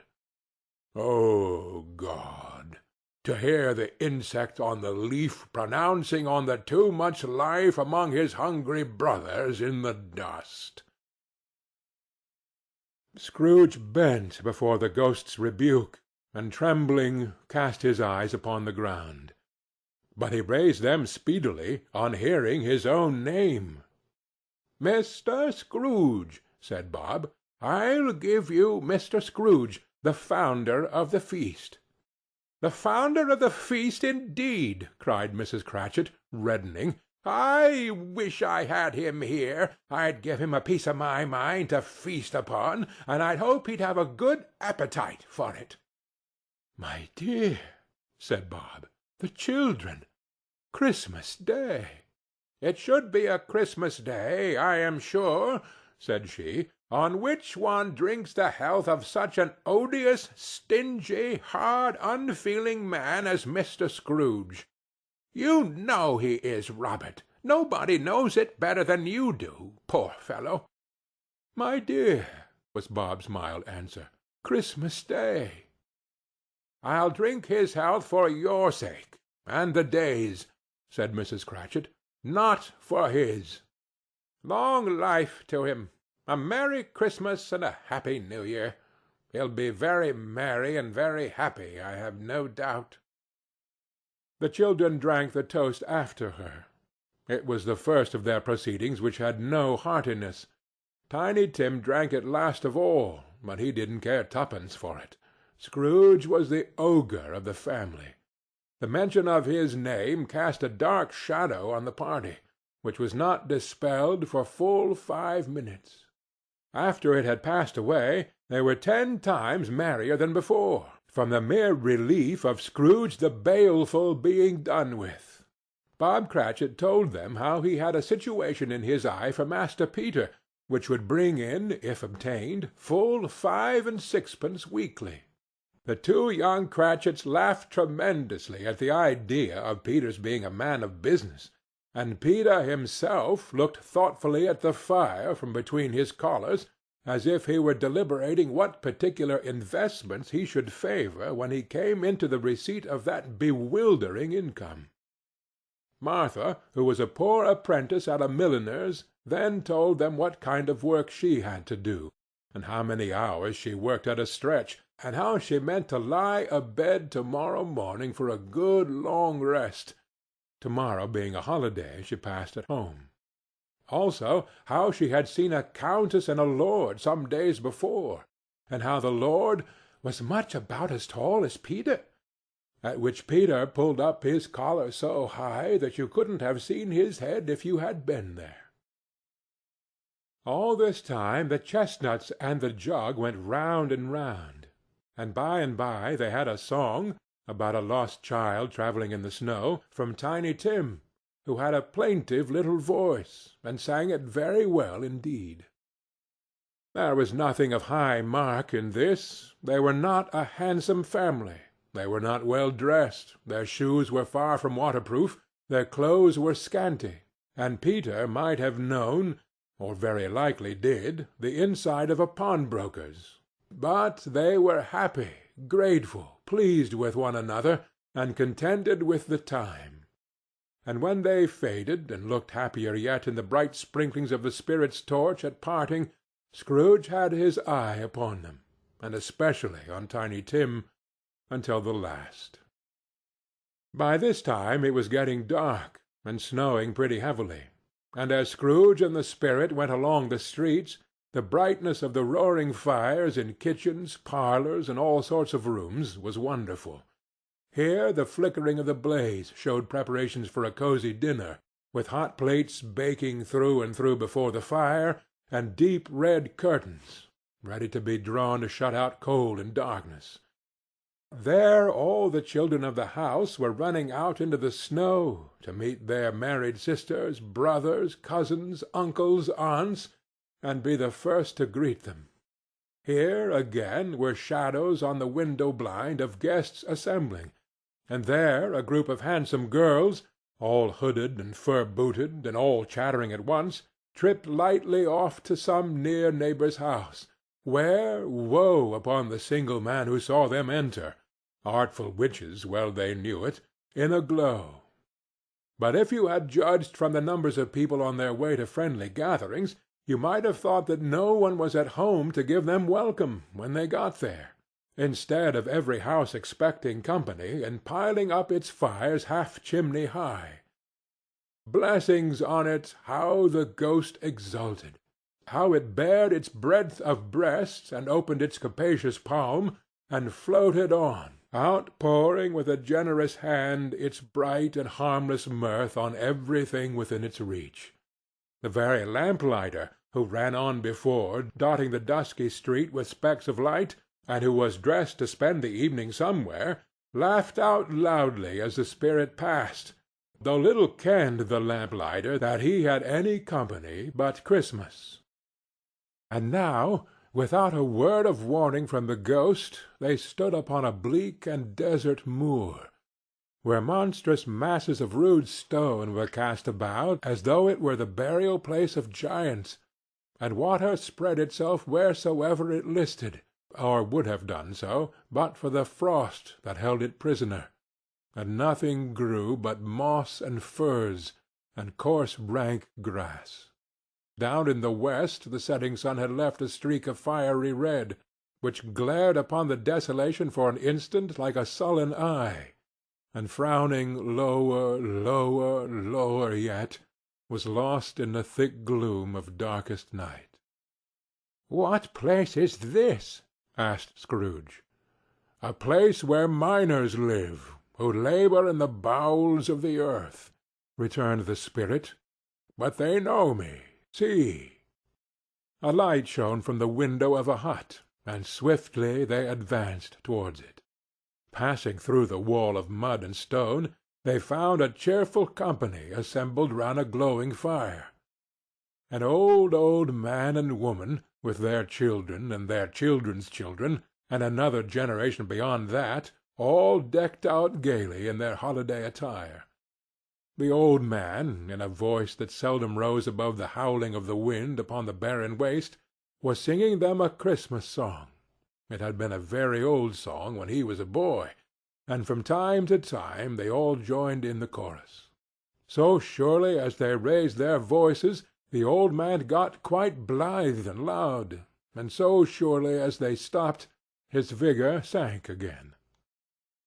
The spirit did not tarry here, but bade Scrooge hold his robe, and passing on above the moor, sped whither?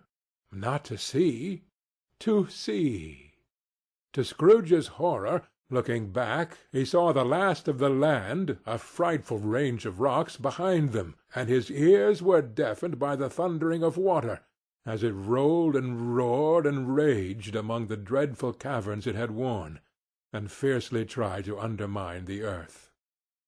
Built upon a dismal reef of sunken rocks, some league or so from shore, on which the waters chafed and dashed the wild year through, there stood a solitary lighthouse.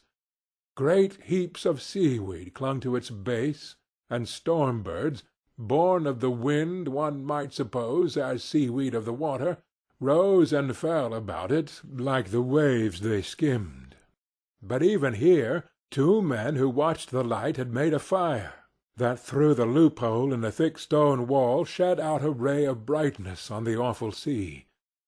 Joining their horny hands over the rough table at which they sat, they wished each other Merry Christmas in their can of grog. And one of them, the elder too, with his face all damaged and scarred with hard weather as the figurehead of an old ship might be, struck up a sturdy song that was like a gale in itself. Again the ghost sped on, above the black and heaving sea, on, until, being far away, as he told Scrooge, from any shore, they lighted on a ship. They stood beside the helmsman at the wheel, the lookout in the bow, the officers who had the watch. Dark, ghostly figures in their several stations, but every man among them hummed a Christmas tune, or had a Christmas thought, or spoke below his breath to his companion of some bygone Christmas day, with homeward hopes belonging to it; and every man on board, waking or sleeping, good or bad, had had a kinder word for another on that day than on any day in the year, and had shared to some extent in its festivities, and had remembered those he cared for at a distance, and had known that they delighted to remember him. It was a great surprise to Scrooge, while listening to the moaning of the wind, and thinking what a solemn thing it was to move on through the lonely darkness over an unknown abyss, whose depths were secrets as profound as death, it was a great surprise to Scrooge, while thus engaged, to hear a hearty laugh. It was a much greater surprise to Scrooge to recognize it as his own nephew's, and to find himself in a bright, dry, gleaming room, with the spirit standing smiling by his side, and looking at that same nephew with approving affability. "Ha, ha, ha, ha, ha!" laughed Scrooge's nephew. "Ha, ha, ha, ha, ha! If you should happen by any unlikely chance to know a man more blessed in a laugh than Scrooge's nephew, all I can say is I should like to know him too. Introduce him to me, and I'll cultivate his acquaintance. It is a fair, even-handed, noble adjustment of things, that while there is infection and disease and sorrow, there is nothing in the world so irresistibly contagious as laughter and good humour. When Scrooge's nephew laughed in his way, holding his sides, rolling his head, and twisting his face into the most extravagant contortions, Scrooge's niece, by marriage, laughed as heartily as he, and their assembled friends, being not a bit behindhand, roared out lustily, "Ha, ha, ha, ha! He said that Christmas was a humbug, as I live!" cried Scrooge's nephew. "He believed it, too." "More shame for him, Fred," said Scrooge's niece, indignantly. "Bless those women, they never do anything by halves. They are always in earnest."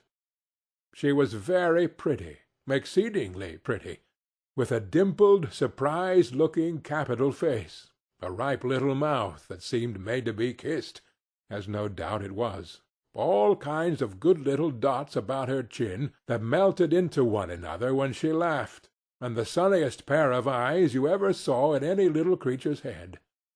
Altogether she was what you would have called provoking, you know, but satisfactory, too. Oh, perfectly satisfactory. "He's a comical old fellow," said Scrooge's nephew. "That's the truth, and not so pleasant as he might be. However, his offences carry their own punishment, and I have nothing to say against him." "I'm sure he's very rich, Fred," hinted Scrooge's niece. "At least you always tell me so." "What of that, my dear?" said Scrooge's nephew. "His wealth is of no use to him. He don't do any good with it. He don't make himself comfortable with it. He hasn't the satisfaction of thinking that he is ever going to benefit us with it." "I have no patience with him," observed Scrooge's niece. Scrooge's niece's sisters, and all the other ladies, expressed the same opinion. "Oh, I have," said Scrooge's nephew. "I am sorry for him. I couldn't be angry with him if I tried. Who suffers by his ill whims? Himself, always. Here he takes it into his head to dislike us, and he won't come and dine with us. What's the consequence? He don't lose much of a dinner." "Indeed, I think he loses a very good dinner," interrupted Scrooge's niece. Everybody else said the same, and they must be allowed to have been competent judges, because they had just had dinner, and, with the dessert upon the table, were clustered round the fire by lamplight. "Well, I'm very glad to hear it," said Scrooge's nephew, "because I haven't great faith in these young housekeepers. What do you say, Topper?" Topper had clearly got his eye upon one of Scrooge's niece's sisters, for he answered that a bachelor was a wretched outcast, who had no right to express an opinion on the subject. Whereat Scrooge's niece's sister, the plump one with the lace tucker, not the one with the roses, blushed. "Do go on, Fred," said Scrooge's niece, clapping her hands. "He never finishes what he begins to say. He is such a ridiculous fellow." Scrooge's nephew revelled in another laugh, and as it was impossible to keep the infection off, though the plump sister tried hard to do it with aromatic vinegar, his example was unanimously followed. "I was only going to say," said Scrooge's nephew, "that the consequence of his taking a dislike to us, and not making merry with us, is, I think, that he loses some pleasant moments which could do him no harm. I am sure he loses pleasanter companions than he can find in his own thoughts, either in his mouldy old office or his dusty chambers. I mean to give him the same chance every year, whether he likes it or not, for I pity him. He may rail at Christmas till he dies, but he can't help thinking better of it, I defy him, if he finds me going there in good temper year after year, and saying, 'Uncle Scrooge, how are you?' If it only puts him in the vein to leave his poor clerk £50, that's something. And I think I shook him yesterday." It was their turn to laugh now at the notion of his shaking Scrooge, but being thoroughly good-natured, and not much caring what they laughed at, so that they laughed at any rate, he encouraged them in their merriment, and passed the bottle joyously. After tea they had some music, for they were a very musical family, and knew what they were about when they sang a glee or catch, I can assure you, especially Topper, who would growl away in the bass like a good one, and never swell the large veins in his forehead, or get red in the face over it. Scrooge's niece played well upon the harp, and played among other tunes a simple little air, a mere nothing, you might learn to whistle it in 2 minutes, which had been familiar to the child who fetched Scrooge from the boarding-school, as he had been reminded by the ghost of Christmas past. When this strain of music sounded, all the things that ghost had shown him came upon his mind. He softened more and more, and thought that if he could have listened to it often, years ago, he might have cultivated the kindnesses of life for his own happiness with his own hands, without resorting to the sexton's spade that buried Jacob Marley. But they didn't devote the whole evening to music. After a while they played at forfeits, for it is good to be children sometimes, and never better than Christmas, when its mighty founder was a child himself. Stop! There was first a game at blindman's buff. Of course there was. And I no more believe Topper was really blind than I believe he had eyes in his boots. My opinion is that it was a done thing between him and Scrooge's nephew, and that the ghost of Christmas Present knew it. The way he went after that plump sister in the lace tucker was an outrage on the credulity of human nature. Knocking down the fire-irons, tumbling over the chairs, bumping against the piano, smothering himself among the curtains, wherever she went, there went he. He always knew where the plump sister was. He wouldn't catch anybody else. If you had fallen up against him, as some of them did, on purpose, he would have made a feint of endeavoring to seize you, which would have been an affront to your understanding, and would instantly have sidled off in the direction of the plump sister. She often cried out that it wasn't fair, and it really was not. But when at last he caught her, when, in spite of all her silken rustlings and her rapid flutterings past him, he got her into a corner whence there was no escape, then his conduct was the most execrable. For his pretending not to know her, his pretending that it was necessary to touch her head-dress, and further to assure himself of her identity by pressing a certain ring upon her finger, and a certain chain about her neck, was vile, monstrous. No doubt she told him her opinion of it, when, another blind man being in office, they were so very confidential together, behind the curtains. Scrooge's niece was not one of the blind man's buff party, but was made comfortable with a large chair and a footstool in a snug corner, where the ghost and Scrooge were close behind her. But she joined in the forfeits, and loved her love to admiration with all the letters of the alphabet.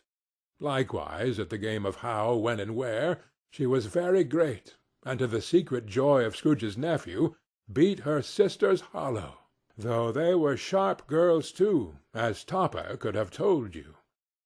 There might have been 20 people there, young and old, but they all played, and so did Scrooge, for wholly forgetting, in the interest he had in what was going on, that his voice made no sound in their ears, he sometimes came out with his guess quite loud, and very often guessed quite right too, for the sharpest needle, best Whitechapel, warranted not to cut in the eye, was not sharper than Scrooge, blunt as he took it in his head to be. The ghost was greatly pleased to find him in this mood, and looked upon him with such favour that he begged like a boy to be allowed to stay until the guests departed. But this, the spirit said, could not be done. "Here is a new game," said Scrooge. "Oh, 1/2 hour, spirit, only one."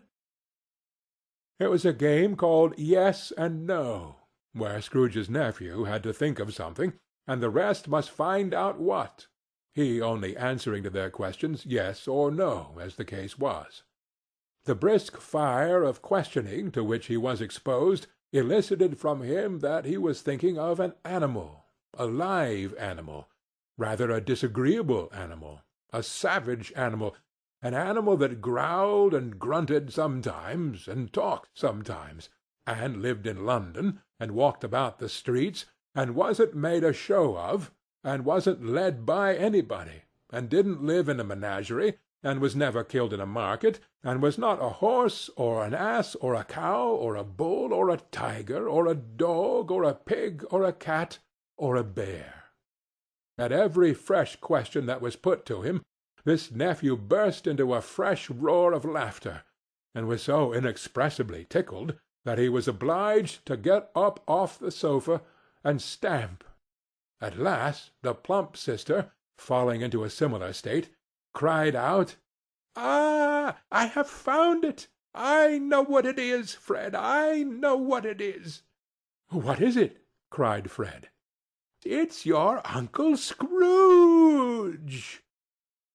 Which it certainly was. Admiration was the universal sentiment, though some objected that the reply to "Is it a bear?"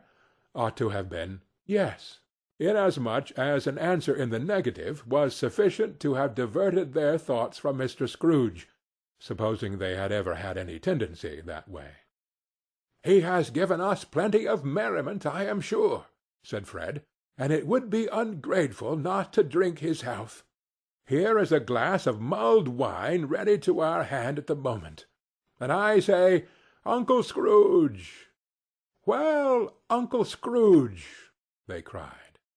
"A Merry Christmas and a Happy New Year to the old man, whatever he is," said Scrooge's nephew.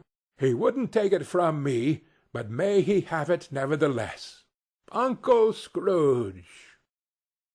Uncle Scrooge had imperceptibly become so gay and light of heart that he would have pledged the unconscious company in return, and thanked them in an inaudible speech, if Ghost had given him time.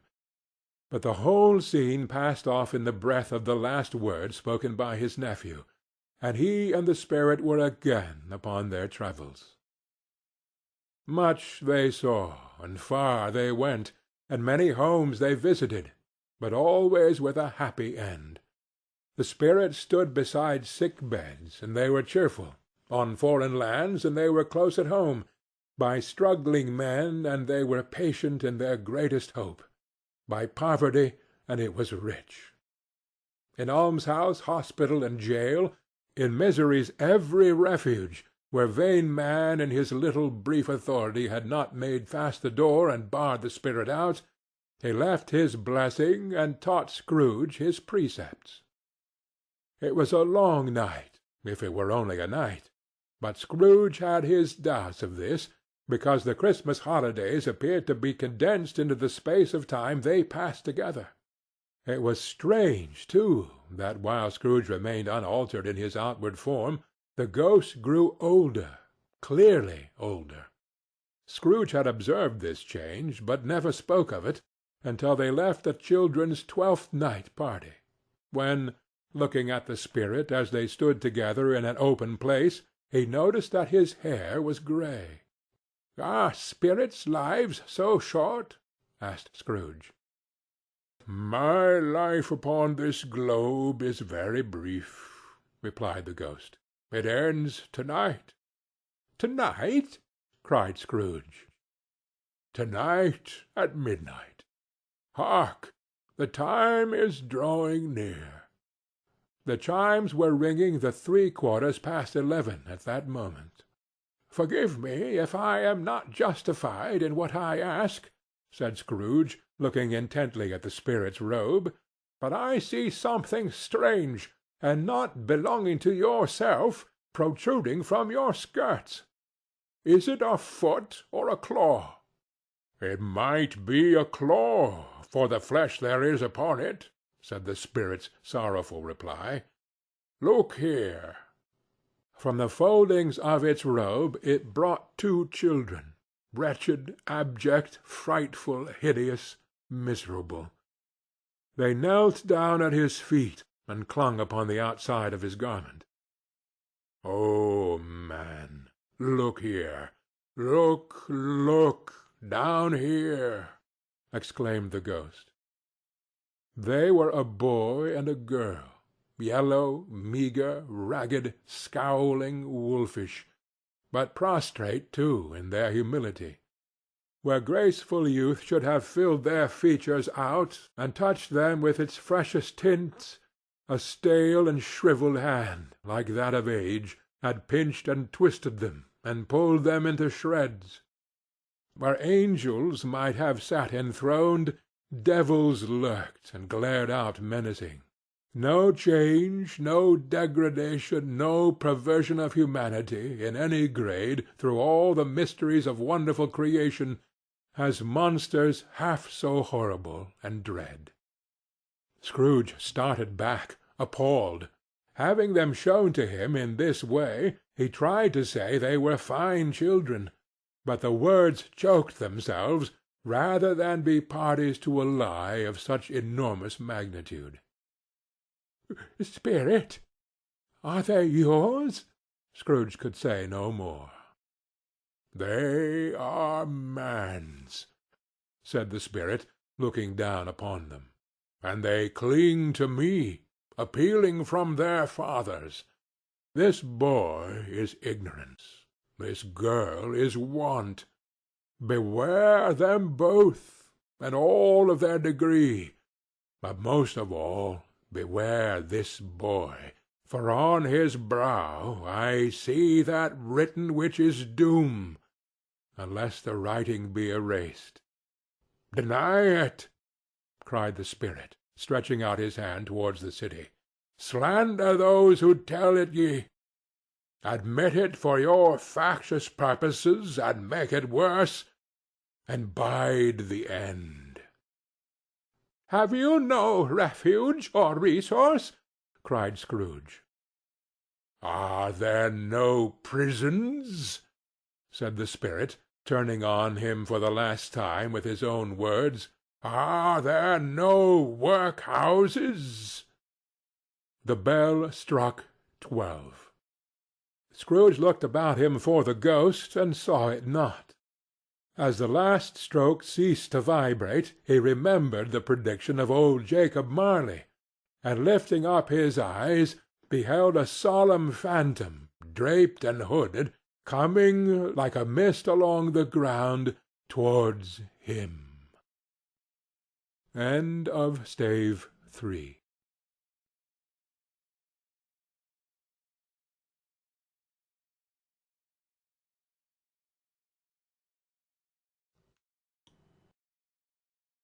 Stave 4. The Last of the Spirits. The phantom slowly, gravely, silently approached. When it came near him, Scrooge bent down upon his knee, for in the very air through which this spirit moved, it seemed to scatter gloom and mystery. It was shrouded in a deep black garment, which concealed its head, its face, its form, and left nothing of it visible save one outstretched hand. But for this it would have been difficult to detach its figure from the night, and separate it from the darkness by which it was surrounded. He felt that it was tall and stately when it came beside him, and that its mysterious presence filled him with a solemn dread. He knew no more, for the spirit neither spoke nor moved. "I am in the presence of the ghost of Christmas yet to come," said Scrooge. The spirit answered not, but pointed onward with its hand. "You are about to show me shadows of the things that have not happened, but will happen in the time before us," Scrooge pursued. "Is that so, spirit?" The upper portion of the garment was contracted for an instant in its folds, as if the spirit had inclined its head. That was the only answer he received. Although well used to ghostly company by this time, Scrooge feared the silent shape so much that his legs trembled beneath him, and he found that he could hardly stand when he prepared to follow it. The spirit paused a moment, as observing his condition, and giving him time to recover. But Scrooge was all the worse for this.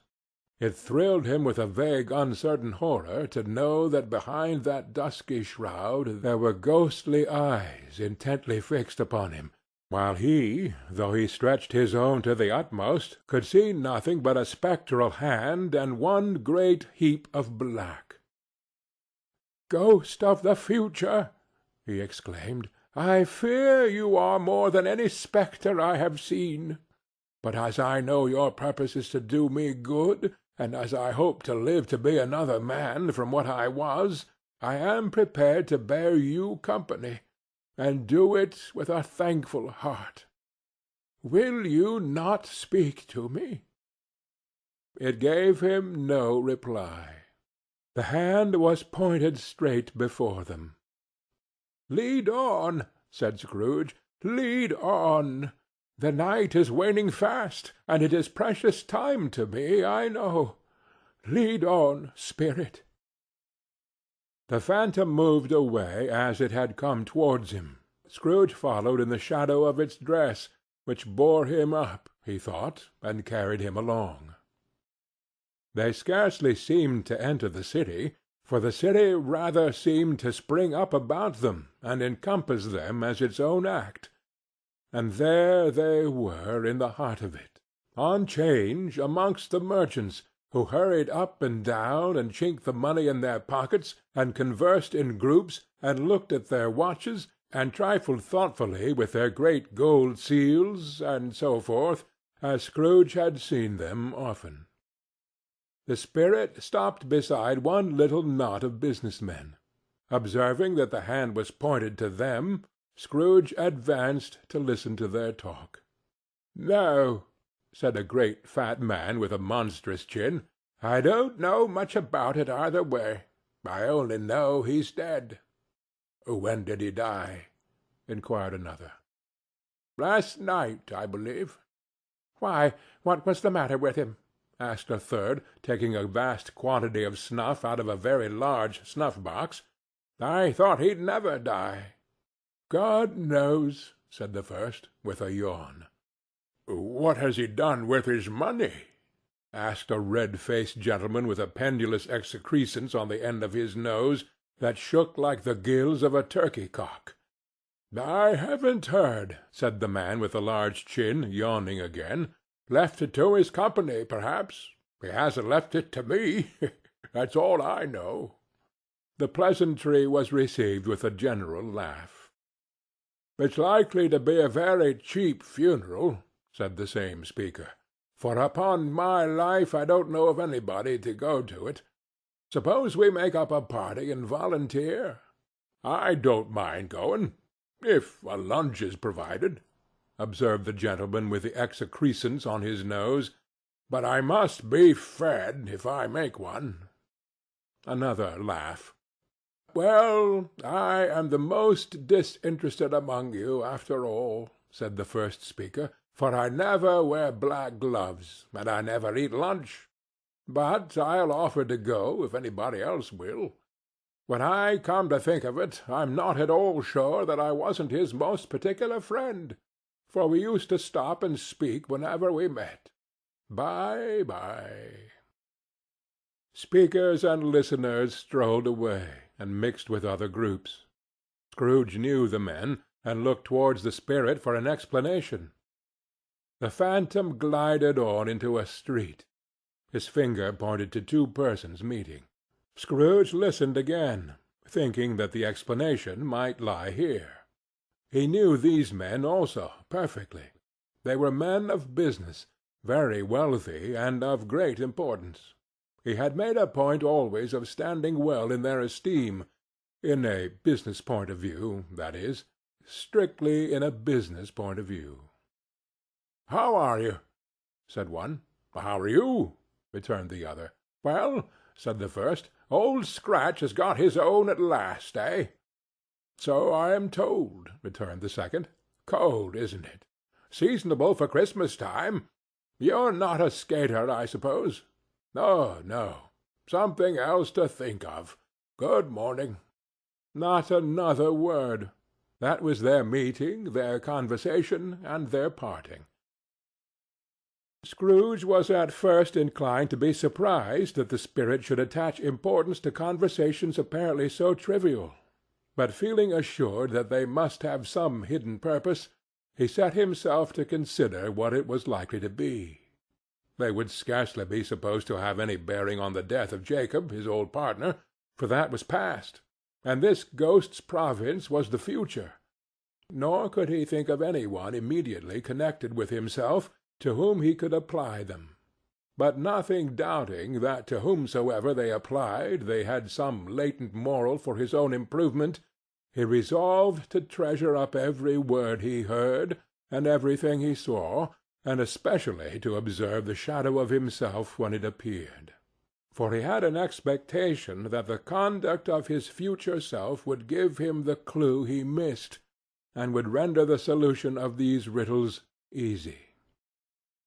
He looked about in that very place for his own image, but another man stood in his accustomed corner, and though the clock pointed to his usual time of day for being there, he saw no likeness of himself among the multitudes that poured in through the porch. It gave him little surprise, however, for he had been revolving in his mind a change of life, and thought and hoped he saw his new-born resolutions carried out in this. Quiet and dark, beside him stood the phantom, with his outstretched hand.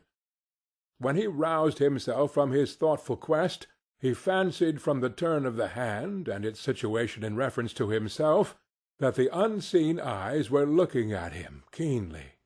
It made him shudder, and feel very old.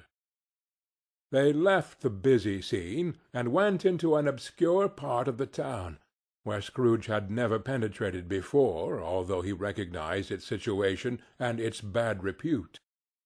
The ways were foul and narrow, the shops and houses wretched, the people half naked, drunken, slipshod, ugly.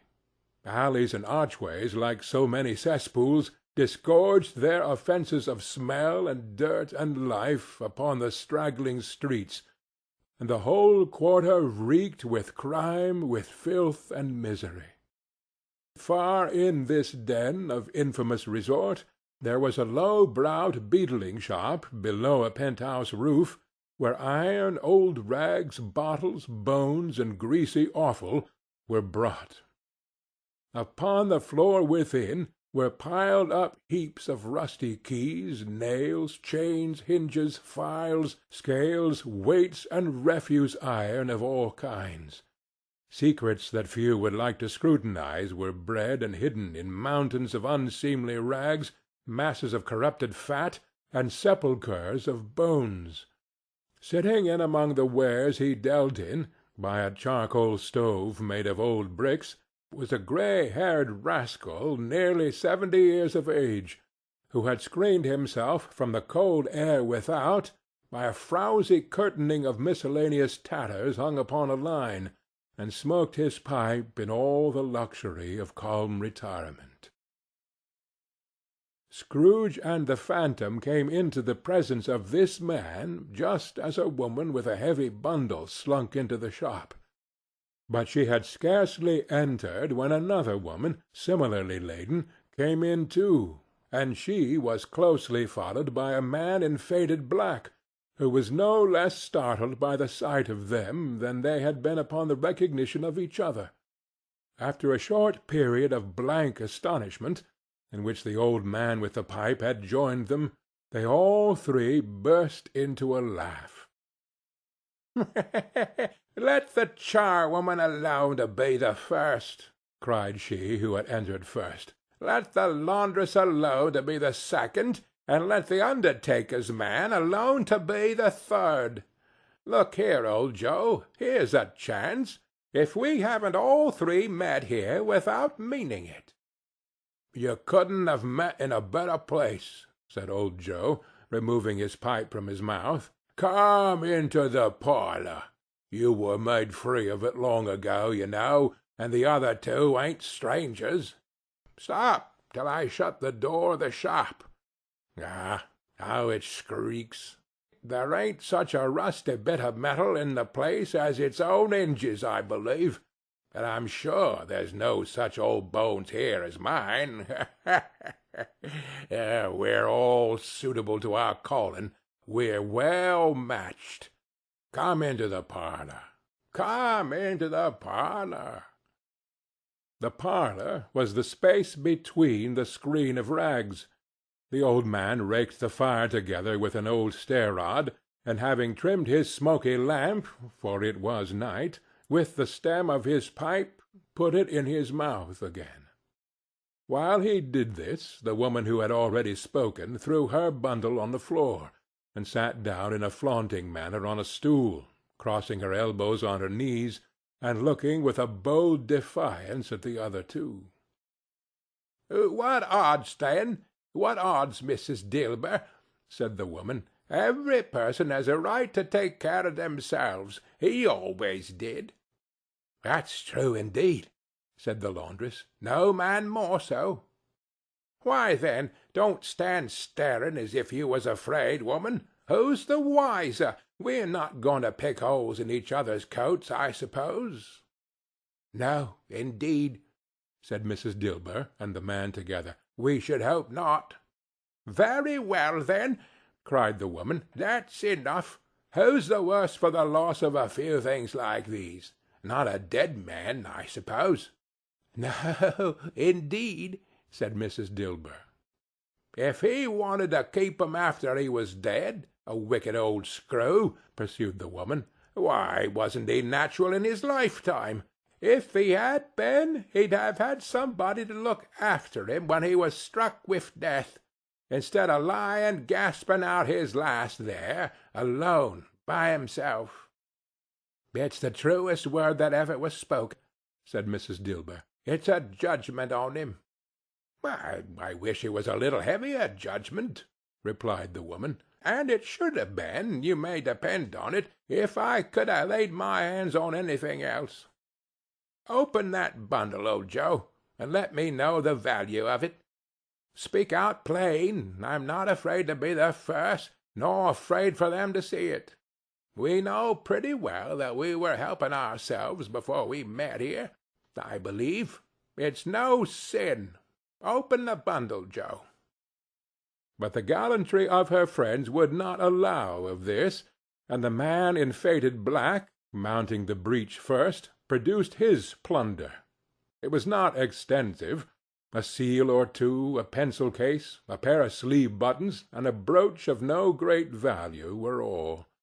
They were severally examined and appraised by old Joe, who chalked the sums he was disposed to give for each upon the wall, and added them up into a total when he found there was nothing more to come. "That's your account," said Joe, "and I wouldn't give another sixpence if I was to be boiled for not doing it. Who's next?" Mrs. Dilber was next. Sheets and towels, a little wearing apparel, 2 old-fashioned silver teaspoons, a pair of sugar tongs, and a few boots. Her account was stated on the wall in the same manner. "I always give too much to ladies. It's a weakness of mine, and that's the way I ruin myself," said old Joe. "That's your account. If you asked me for another penny, and made it an open question, I'd repent of being so liberal and knock off half-a-crown." "And now undo my bundle, Joe," said the first woman. Joe went down on his knees for the greater convenience of opening it, and having unfastened a great many knots, dragged out a large and heavy roll of some dark stuff. "What do you call this?" said Joe. "Bed curtains?" "Ah!" returned the woman, laughing and leaning forward on her crossed arms. "Ha, ha, ha! Bed curtains!" "You don't mean to say you took 'em down, rings and all, with him lying there?" said Joe. "Yes, I do," replied the woman. "Why not?" "Why, you were born to make your fortune," said Joe, "and you'll certainly do it."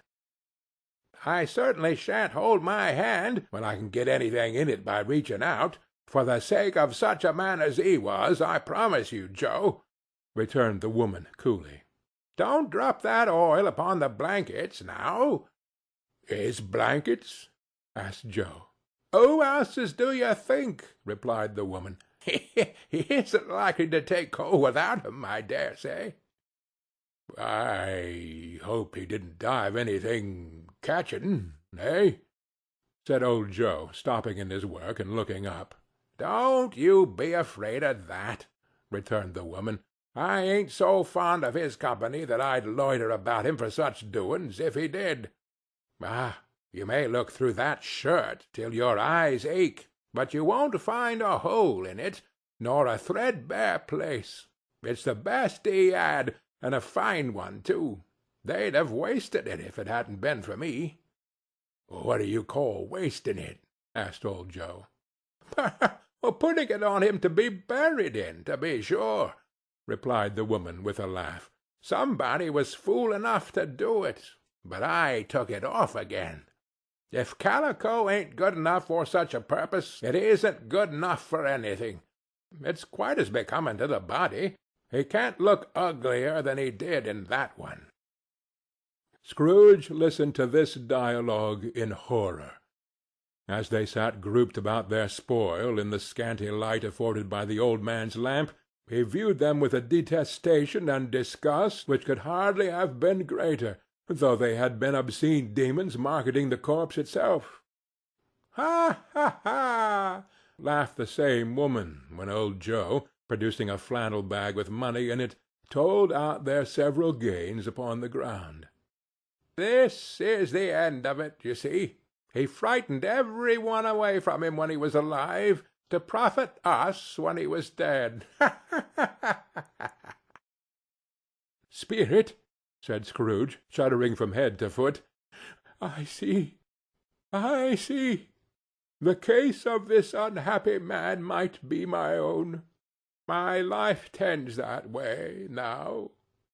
Merciful heaven! What is this?" He recoiled in terror, for the scene had changed, and now he almost touched a bed, a bare uncurtained bed, on which, beneath a ragged sheet, there lay a something covered up, which, though it was dumb, announced itself in awful language. The room was very dark, too dark to be observed with any accuracy, though Scrooge glanced round it in obedience to a secret impulse, anxious to know what kind of room it was. A pale light, rising in the outer air, fell straight upon the bed, and on it, plundered and bereft, unwatched, unwept, uncared for, was the body of this man. Scrooge glanced towards the phantom. Its steady hand was pointed to the head. The cover was so carelessly adjusted that the slightest raising of it, The motion of a finger upon Scrooge's part would have disclosed the face.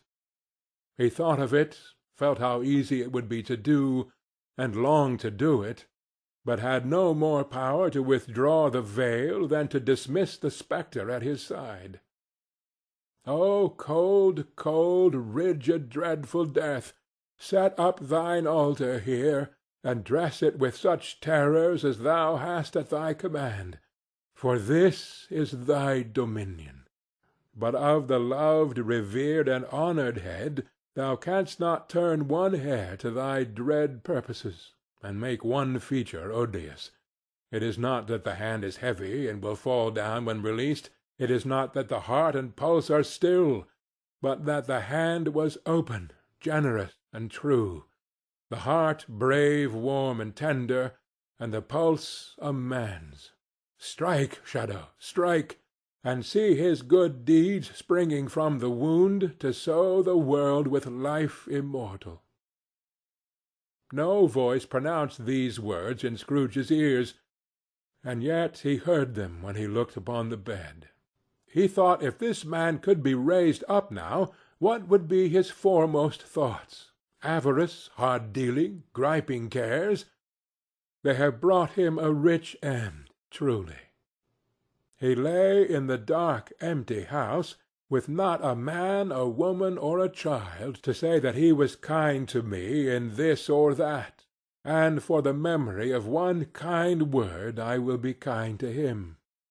A cat was tearing at the door, and there was a sound of gnawing rats beneath the hearthstone. What they wanted in the room of death, and why they were so restless and disturbed, Scrooge did not dare to think. "Spirit," he said, "this is a fearful place. In leaving it, I shall not leave its lesson. Trust me. Let us go." Still the ghost pointed with an unmoved finger to the head. "I understand you," Scrooge returned, "and I would do it if I could. But I have not the power, Spirit. I have not the power." Again it seemed to look upon him. "If there is any person in the town who feels emotion caused by this man's death," said Scrooge, quite agonized, "show that person to me, Spirit. I beseech you." The phantom spread its dark robe before him for a moment like a wing, and withdrawing it revealed a room by daylight, where a mother and her children were. She was expecting some one, and with anxious eagerness, for she walked up and down the room, started at every sound, looked out from the window, glanced at the clock, tried but in vain to work with her needle, and could hardly bear the voices of the children in their play. At length the long-expected knock was heard. She hurried to the door and met her husband, a man whose face was careworn and depressed, though he was young. There was a remarkable expression in it now, a kind of serious delight of which he felt ashamed, and which he struggled to repress. He sat down to the dinner that had been hoarding for him by the fire, and when she asked him faintly what news, which was not until after a long silence, he appeared embarrassed how to answer. "Is it good," she said, "or bad?" to help him. "Bad," he answered. "We are quite ruined?" "No, there is hope yet, Caroline." "If he relents," she said, amazed, "there is? Nothing is past hope, if such a miracle has happened." "He is past relenting," said her husband. "He is dead." She was a mild and patient creature if her face spoke truth, but she was thankful in her soul to hear it, and she said so with clasped hands. She prayed forgiveness the next moment, and was sorry, but the first was the emotion of her heart. What the half-drunken woman whom I told you of last night said to me, when I tried to see him and obtain a week's delay, and what I thought was a mere excuse to avoid me, turns out to have been quite true. He was not only very ill, but dying then. To whom will our debt be transferred? I don't know. But before that time we shall be ready with the money, and even though we were not, it would be a bad fortune indeed to find so merciless a creditor in his successor. We may sleep to-night with light hearts, Caroline. Yes, soften it as they would, their hearts were lighter. The children's faces, hushed and clustered round to hear what they so little understood, were brighter, and it was a happier house for this man's death. The only emotion that the ghost would show him, caused by the event, was one of pleasure. "Let me see some tenderness connected with a death," said Scrooge, "or that dark chamber, spirit, which we leave just now, will be for ever present to me." The ghost conducted him through several streets familiar to his feet, and as they went along, Scrooge looked here and there to find himself, but nowhere was he to be seen. They entered poor Bob Cratchit's house, the dwelling he had visited before, and found the mother and the children seated round the fire. Quiet, very quiet.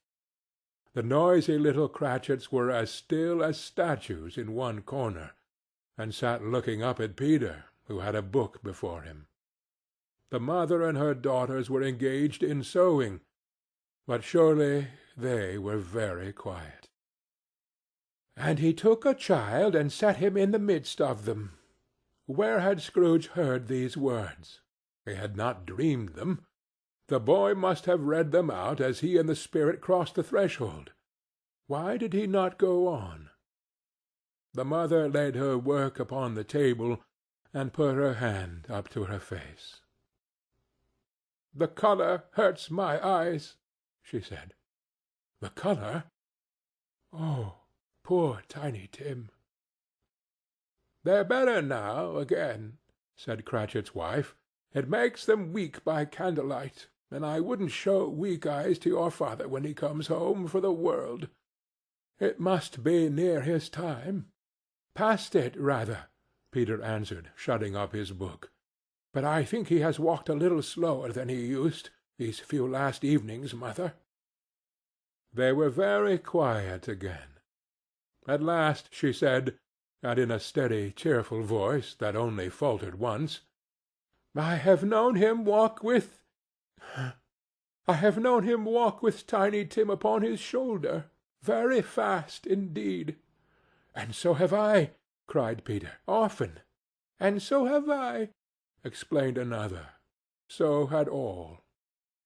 "But he was very light to carry," she resumed, intent upon her work, "and his father loved him, so it was no trouble, no trouble. Ah, and there is your father at the door."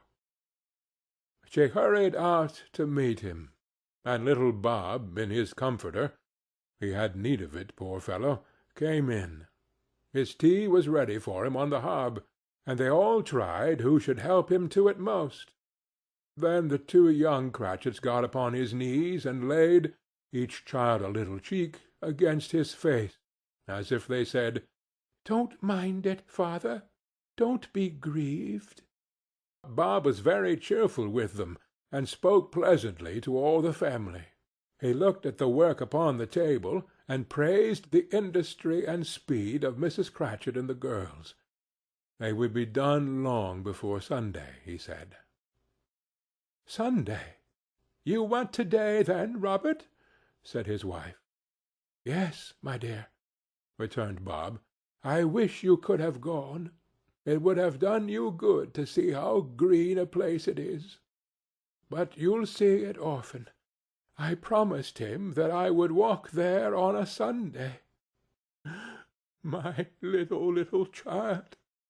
cried Bob. "My little child!"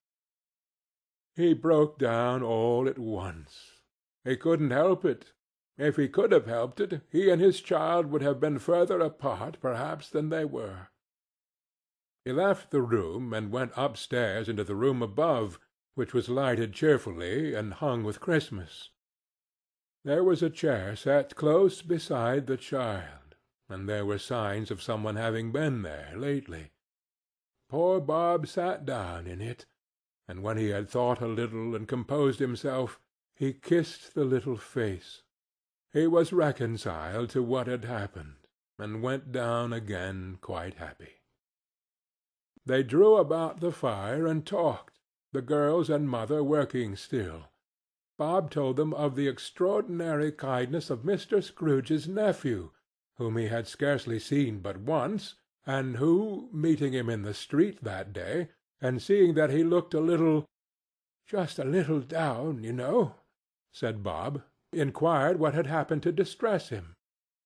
On which, said Bob, for he is the pleasantest spoken gentleman you ever heard, I told him. I am heartily sorry for it, Mr. Cratchit, he said, and heartily sorry for your good wife. By the by, how he ever knew that, I don't know. Knew what, my dear? Why, that you were a good wife, replied Bob. Oh, everybody knows that, said Peter. Very well observed, my boy, cried Bob. I hope they do. Heartily sorry, he said, for your good wife. If I can be of service to you in any way, he said, giving me his card, that's where I live. Pray come to me. Now, it wasn't, cried Bob, for the sake of anything he might be able to do for us, so much as for his kind way, that this was quite delightful. It really seemed as if he had known our Tiny Tim, and felt with us. I'm sure he's a good soul, said Mrs. Cratchit. You would be surer of it, my dear, returned Bob, if you saw and spoke to him.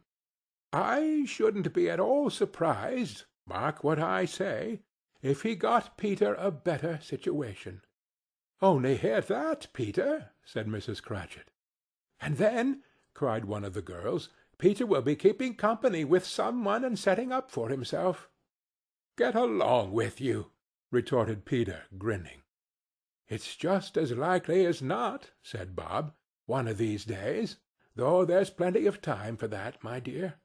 But however and whenever we part from one another, I am sure we shall none of us forget Tiny Tim, shall we? Or this first parting that there was among us. Never, father, cried they all. And I know, said Bob, I know, my dears, that when we recollect how patient and how mild he was, although he was a little child, we shall not quarrel easily among ourselves, and forget poor Tiny Tim in doing it. No, never, father, they all cried again.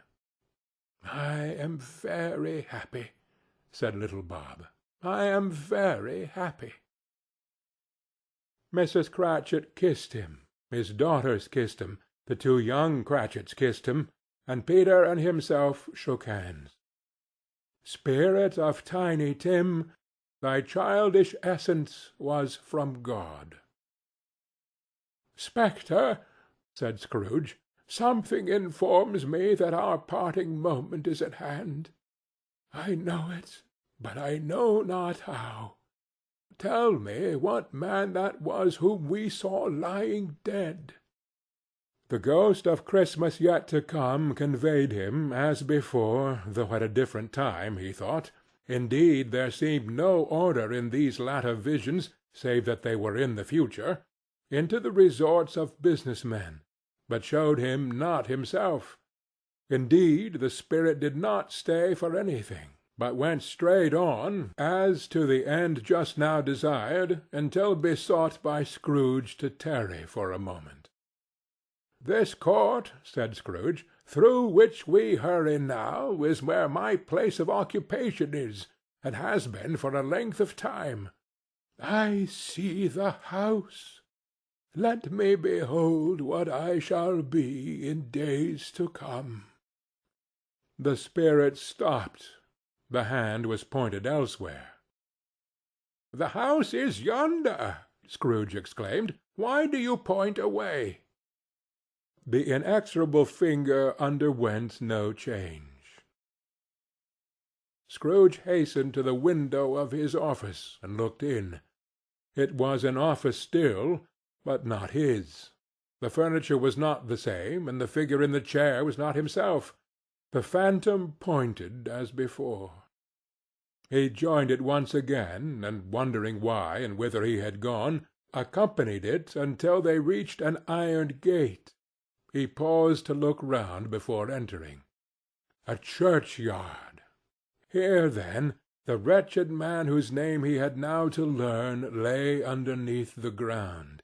It was a worthy place, walled in by houses, overrun by grass and weeds, the growth of vegetation's death, not life, choked up with too much burying, fat with repleted appetite. A worthy place. The spirit stood among the graves, and pointed down to one.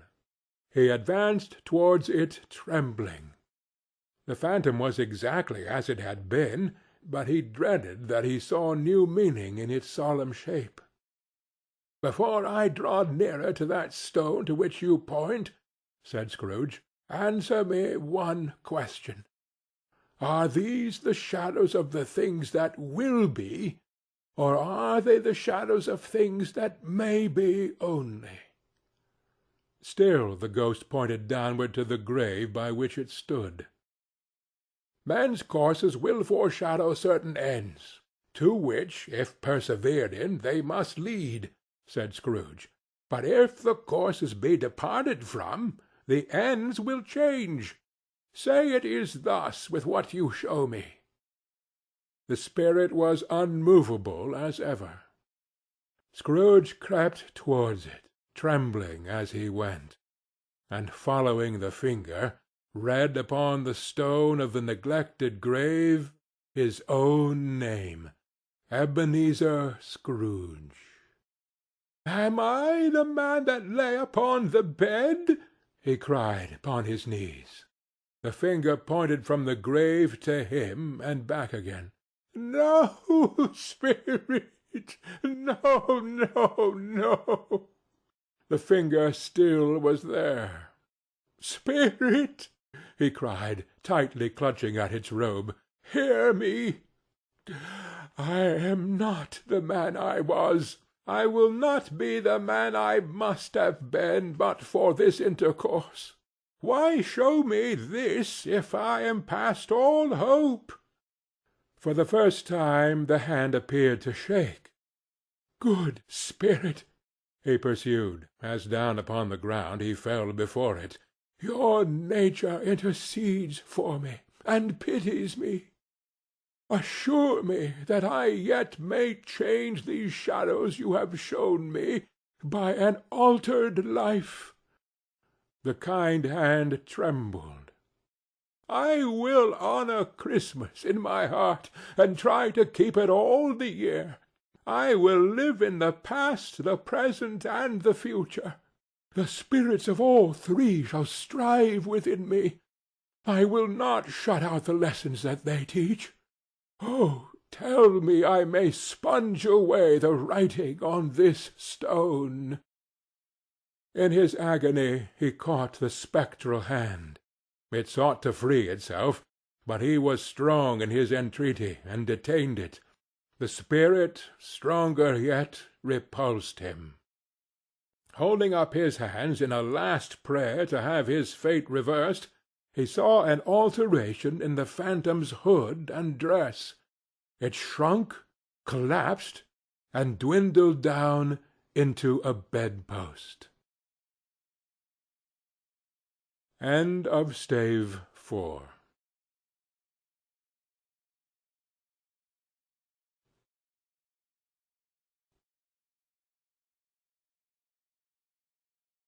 Stave 5. The end of it. Yes, and the bedpost was his own. The bed was his own. The room was his own. Best and happiest of all, the time before him was his own, to make amends in. "I will live in the past, the present, and the future," Scrooge repeated, as he scrambled out of bed. "The spirits of all three shall strive within me. Oh, Jacob Marley, Heaven and the Christmas time be praised for this. I say it on my knees, old Jacob, on my knees." He was so fluttered and so glowing with his good intentions that his broken voice would scarcely answer to his call. He had been sobbing violently in his conflict with the spirit, and his face was wet with tears. "They are not torn down," cried Scrooge, folding one of his bed-curtains in his arms. "They are not torn down, rings and all. They are here. I am here. The shadows of the things that would have been may be dispelled. They will be. I know they will." His hands were busy with his garments all this time, turning them inside out, putting them on upside down, tearing them, mislaying them, making them parties to every kind of extravagance. "I don't know what to do," cried Scrooge, laughing and crying in the same breath, and making a perfect lacoon of himself with his stockings. "I am light as a feather. I am as happy as an angel. I am merry as a schoolboy. I am as giddy as a drunken man. A Merry Christmas to everybody. A Happy New Year to all the world. Hello there! Hello!" He had frisked into the sitting-room, and was now standing there, perfectly winded. "There's the saucepan that the gruel was in," cried Scrooge, starting off again and going round the fireplace. "There's the door by which the ghost of Jacob Marley entered. There's the corner where the ghost of Christmas Present sat. Oh, there's the window where I saw the wandering spirits. It's all right. It's all true. It all happened. Really, for a man who had been out of practice for so many years, it was a splendid laugh, a most illustrious laugh, the father of a long, long line of brilliant laughs. "I don't know what day of the month it is," said Scrooge. "I don't know how long I've been among the spirits. I don't know anything. I'm quite a baby. Never mind. I don't care. I'd rather be a baby. Hello! Whoop! Hello there!" He was checked in his transports by the churches ringing out the lustiest peals he had ever heard. Clash, clang, hammer! Ding, dong, bell! Bell, dong, ding, hammer, clang, clash! Oh, glorious, glorious! Running to the window, he opened it and put out his head. No fog, no mist, clear, bright, jovial, stirring cold, cold, piping for the blood to dance to, golden sunlight, heavenly sky, sweet fresh air, merry bells. Oh, glorious, glorious! "What's to-day?" cried Scrooge, calling downward to a boy in Sunday clothes, who perhaps had loitered in to look about him. "Aye," returned the boy, with all his might of wonder. "What's to-day, my fine fellow?" said Scrooge. "To-day?" replied the boy. "Why, Christmas Day." "It's Christmas Day," said Scrooge to himself. "I haven't missed it. The spirits have done it all in one night. Oh, they can do anything they like. Of course they can. Of course they can. Hello, my fine fellow." "Hello," returned the boy. "Do you know the poulterers in the next street but one at the corner?" Scrooge inquired. "I should hope I did," replied the lad. "Ah, an intelligent boy," said Scrooge. "A remarkable boy. Do you know whether they've sold the prize turkey that was hanging up there? Not the little prize turkey, the big one." "What? The one as big as me?" returned the boy. "What a delightful boy!" said Scrooge. "It is a pleasure to talk to him. Yes, my buck." "It's hanging there now," replied the boy. "Is it?" said Scrooge. "Go and buy it." "Walker!" exclaimed the boy. "No, no," said Scrooge. "I am in earnest. Go and buy it, and tell him to bring it here, that I may give them the direction where to take it. Come back with the man, and I'll give you a shilling.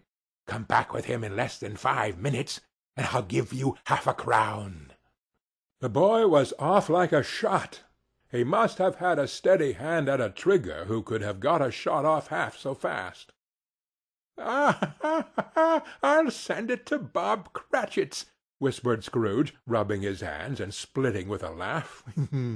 He shan't know who sends it. It's twice the size of Tiny Tim. Joe Miller never made such a joke as sending it to Bob's will be.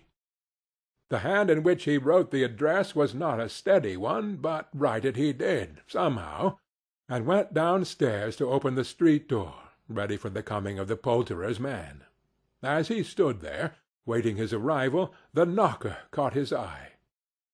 "I shall love it as long as I live," cried Scrooge, patting it with his hand. "I scarcely ever looked at it before.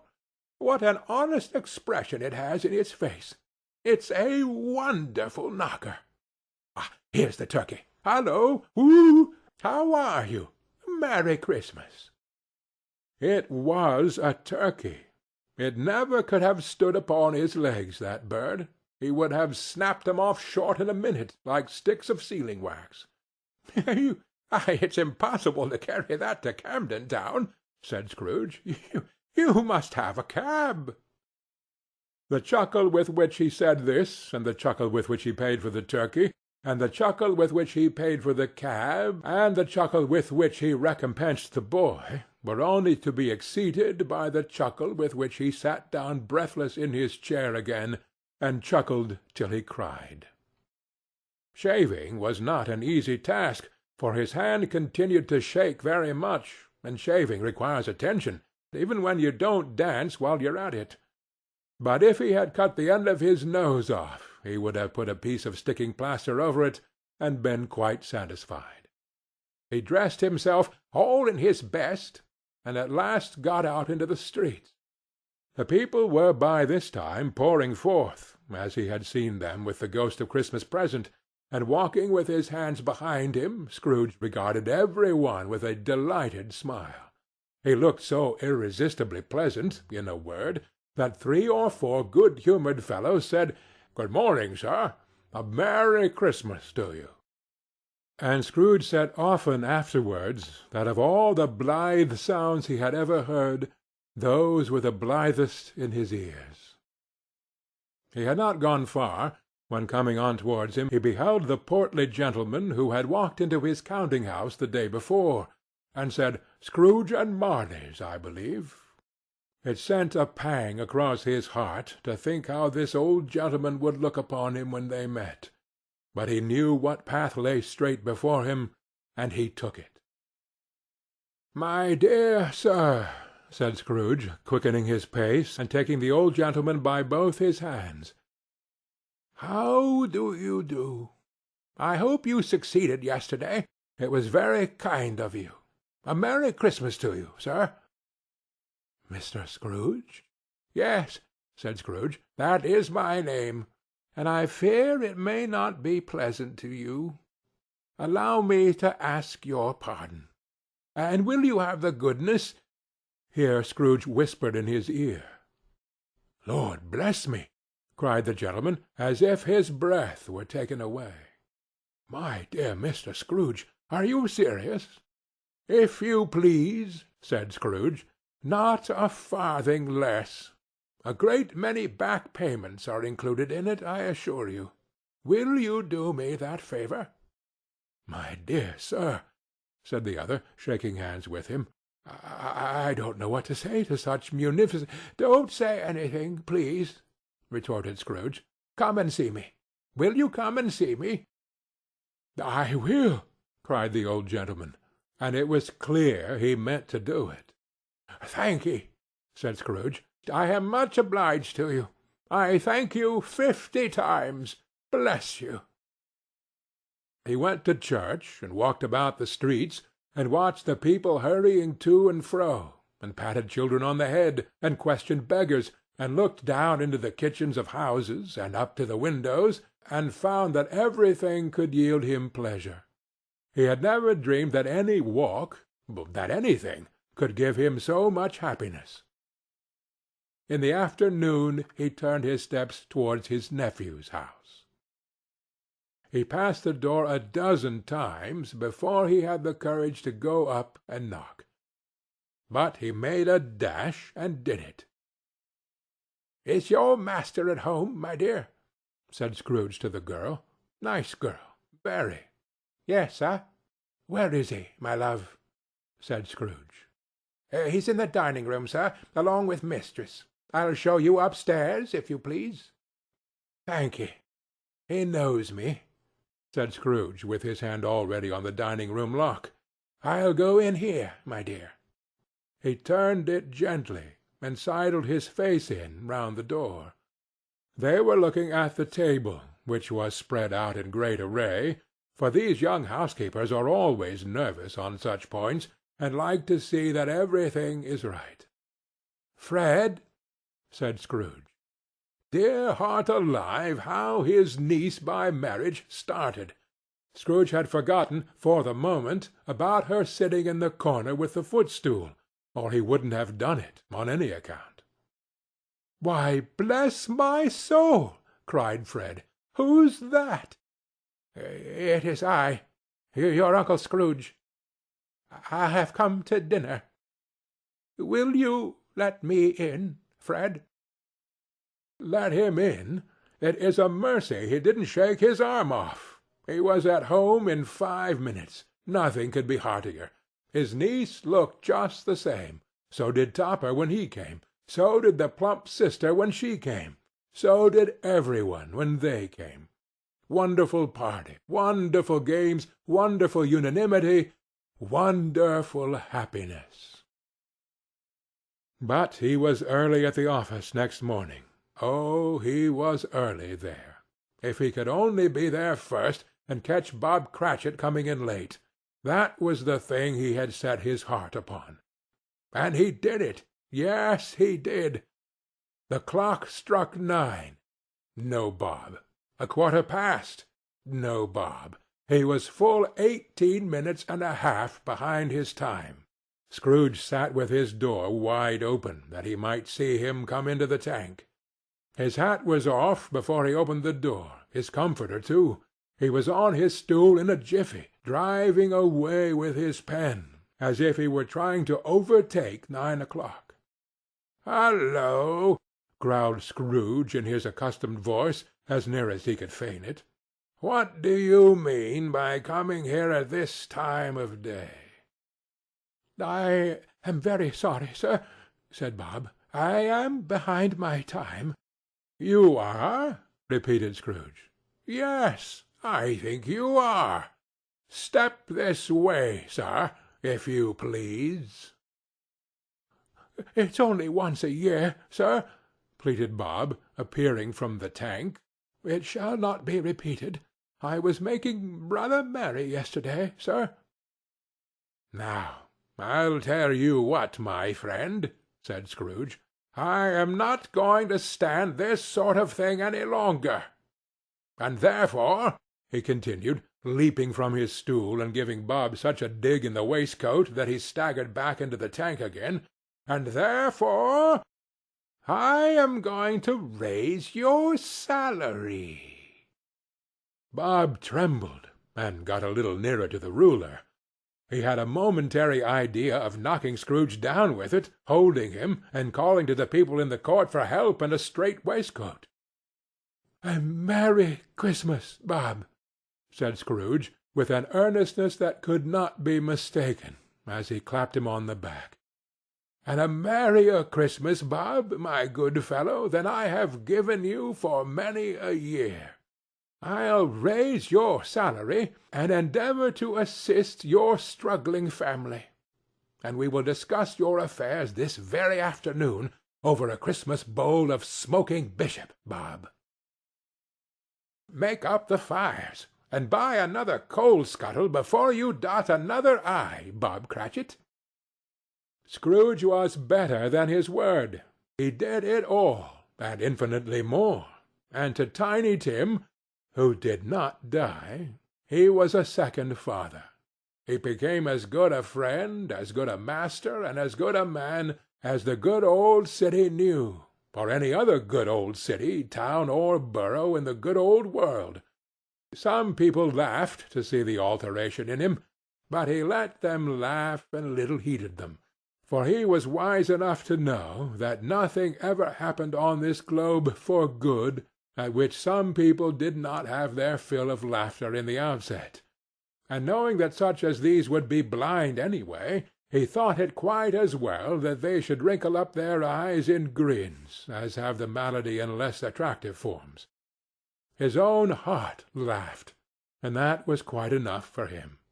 He had no further intercourse with spirits, but lived upon the total abstinence principle ever afterwards, and it was always said of him that he knew how to keep Christmas well, if any man alive possessed the knowledge. May that truly be said of us, and all of us. And so, as Tiny Tim observed, God bless us, every one. End of A Christmas Carol, by Charles Dickens.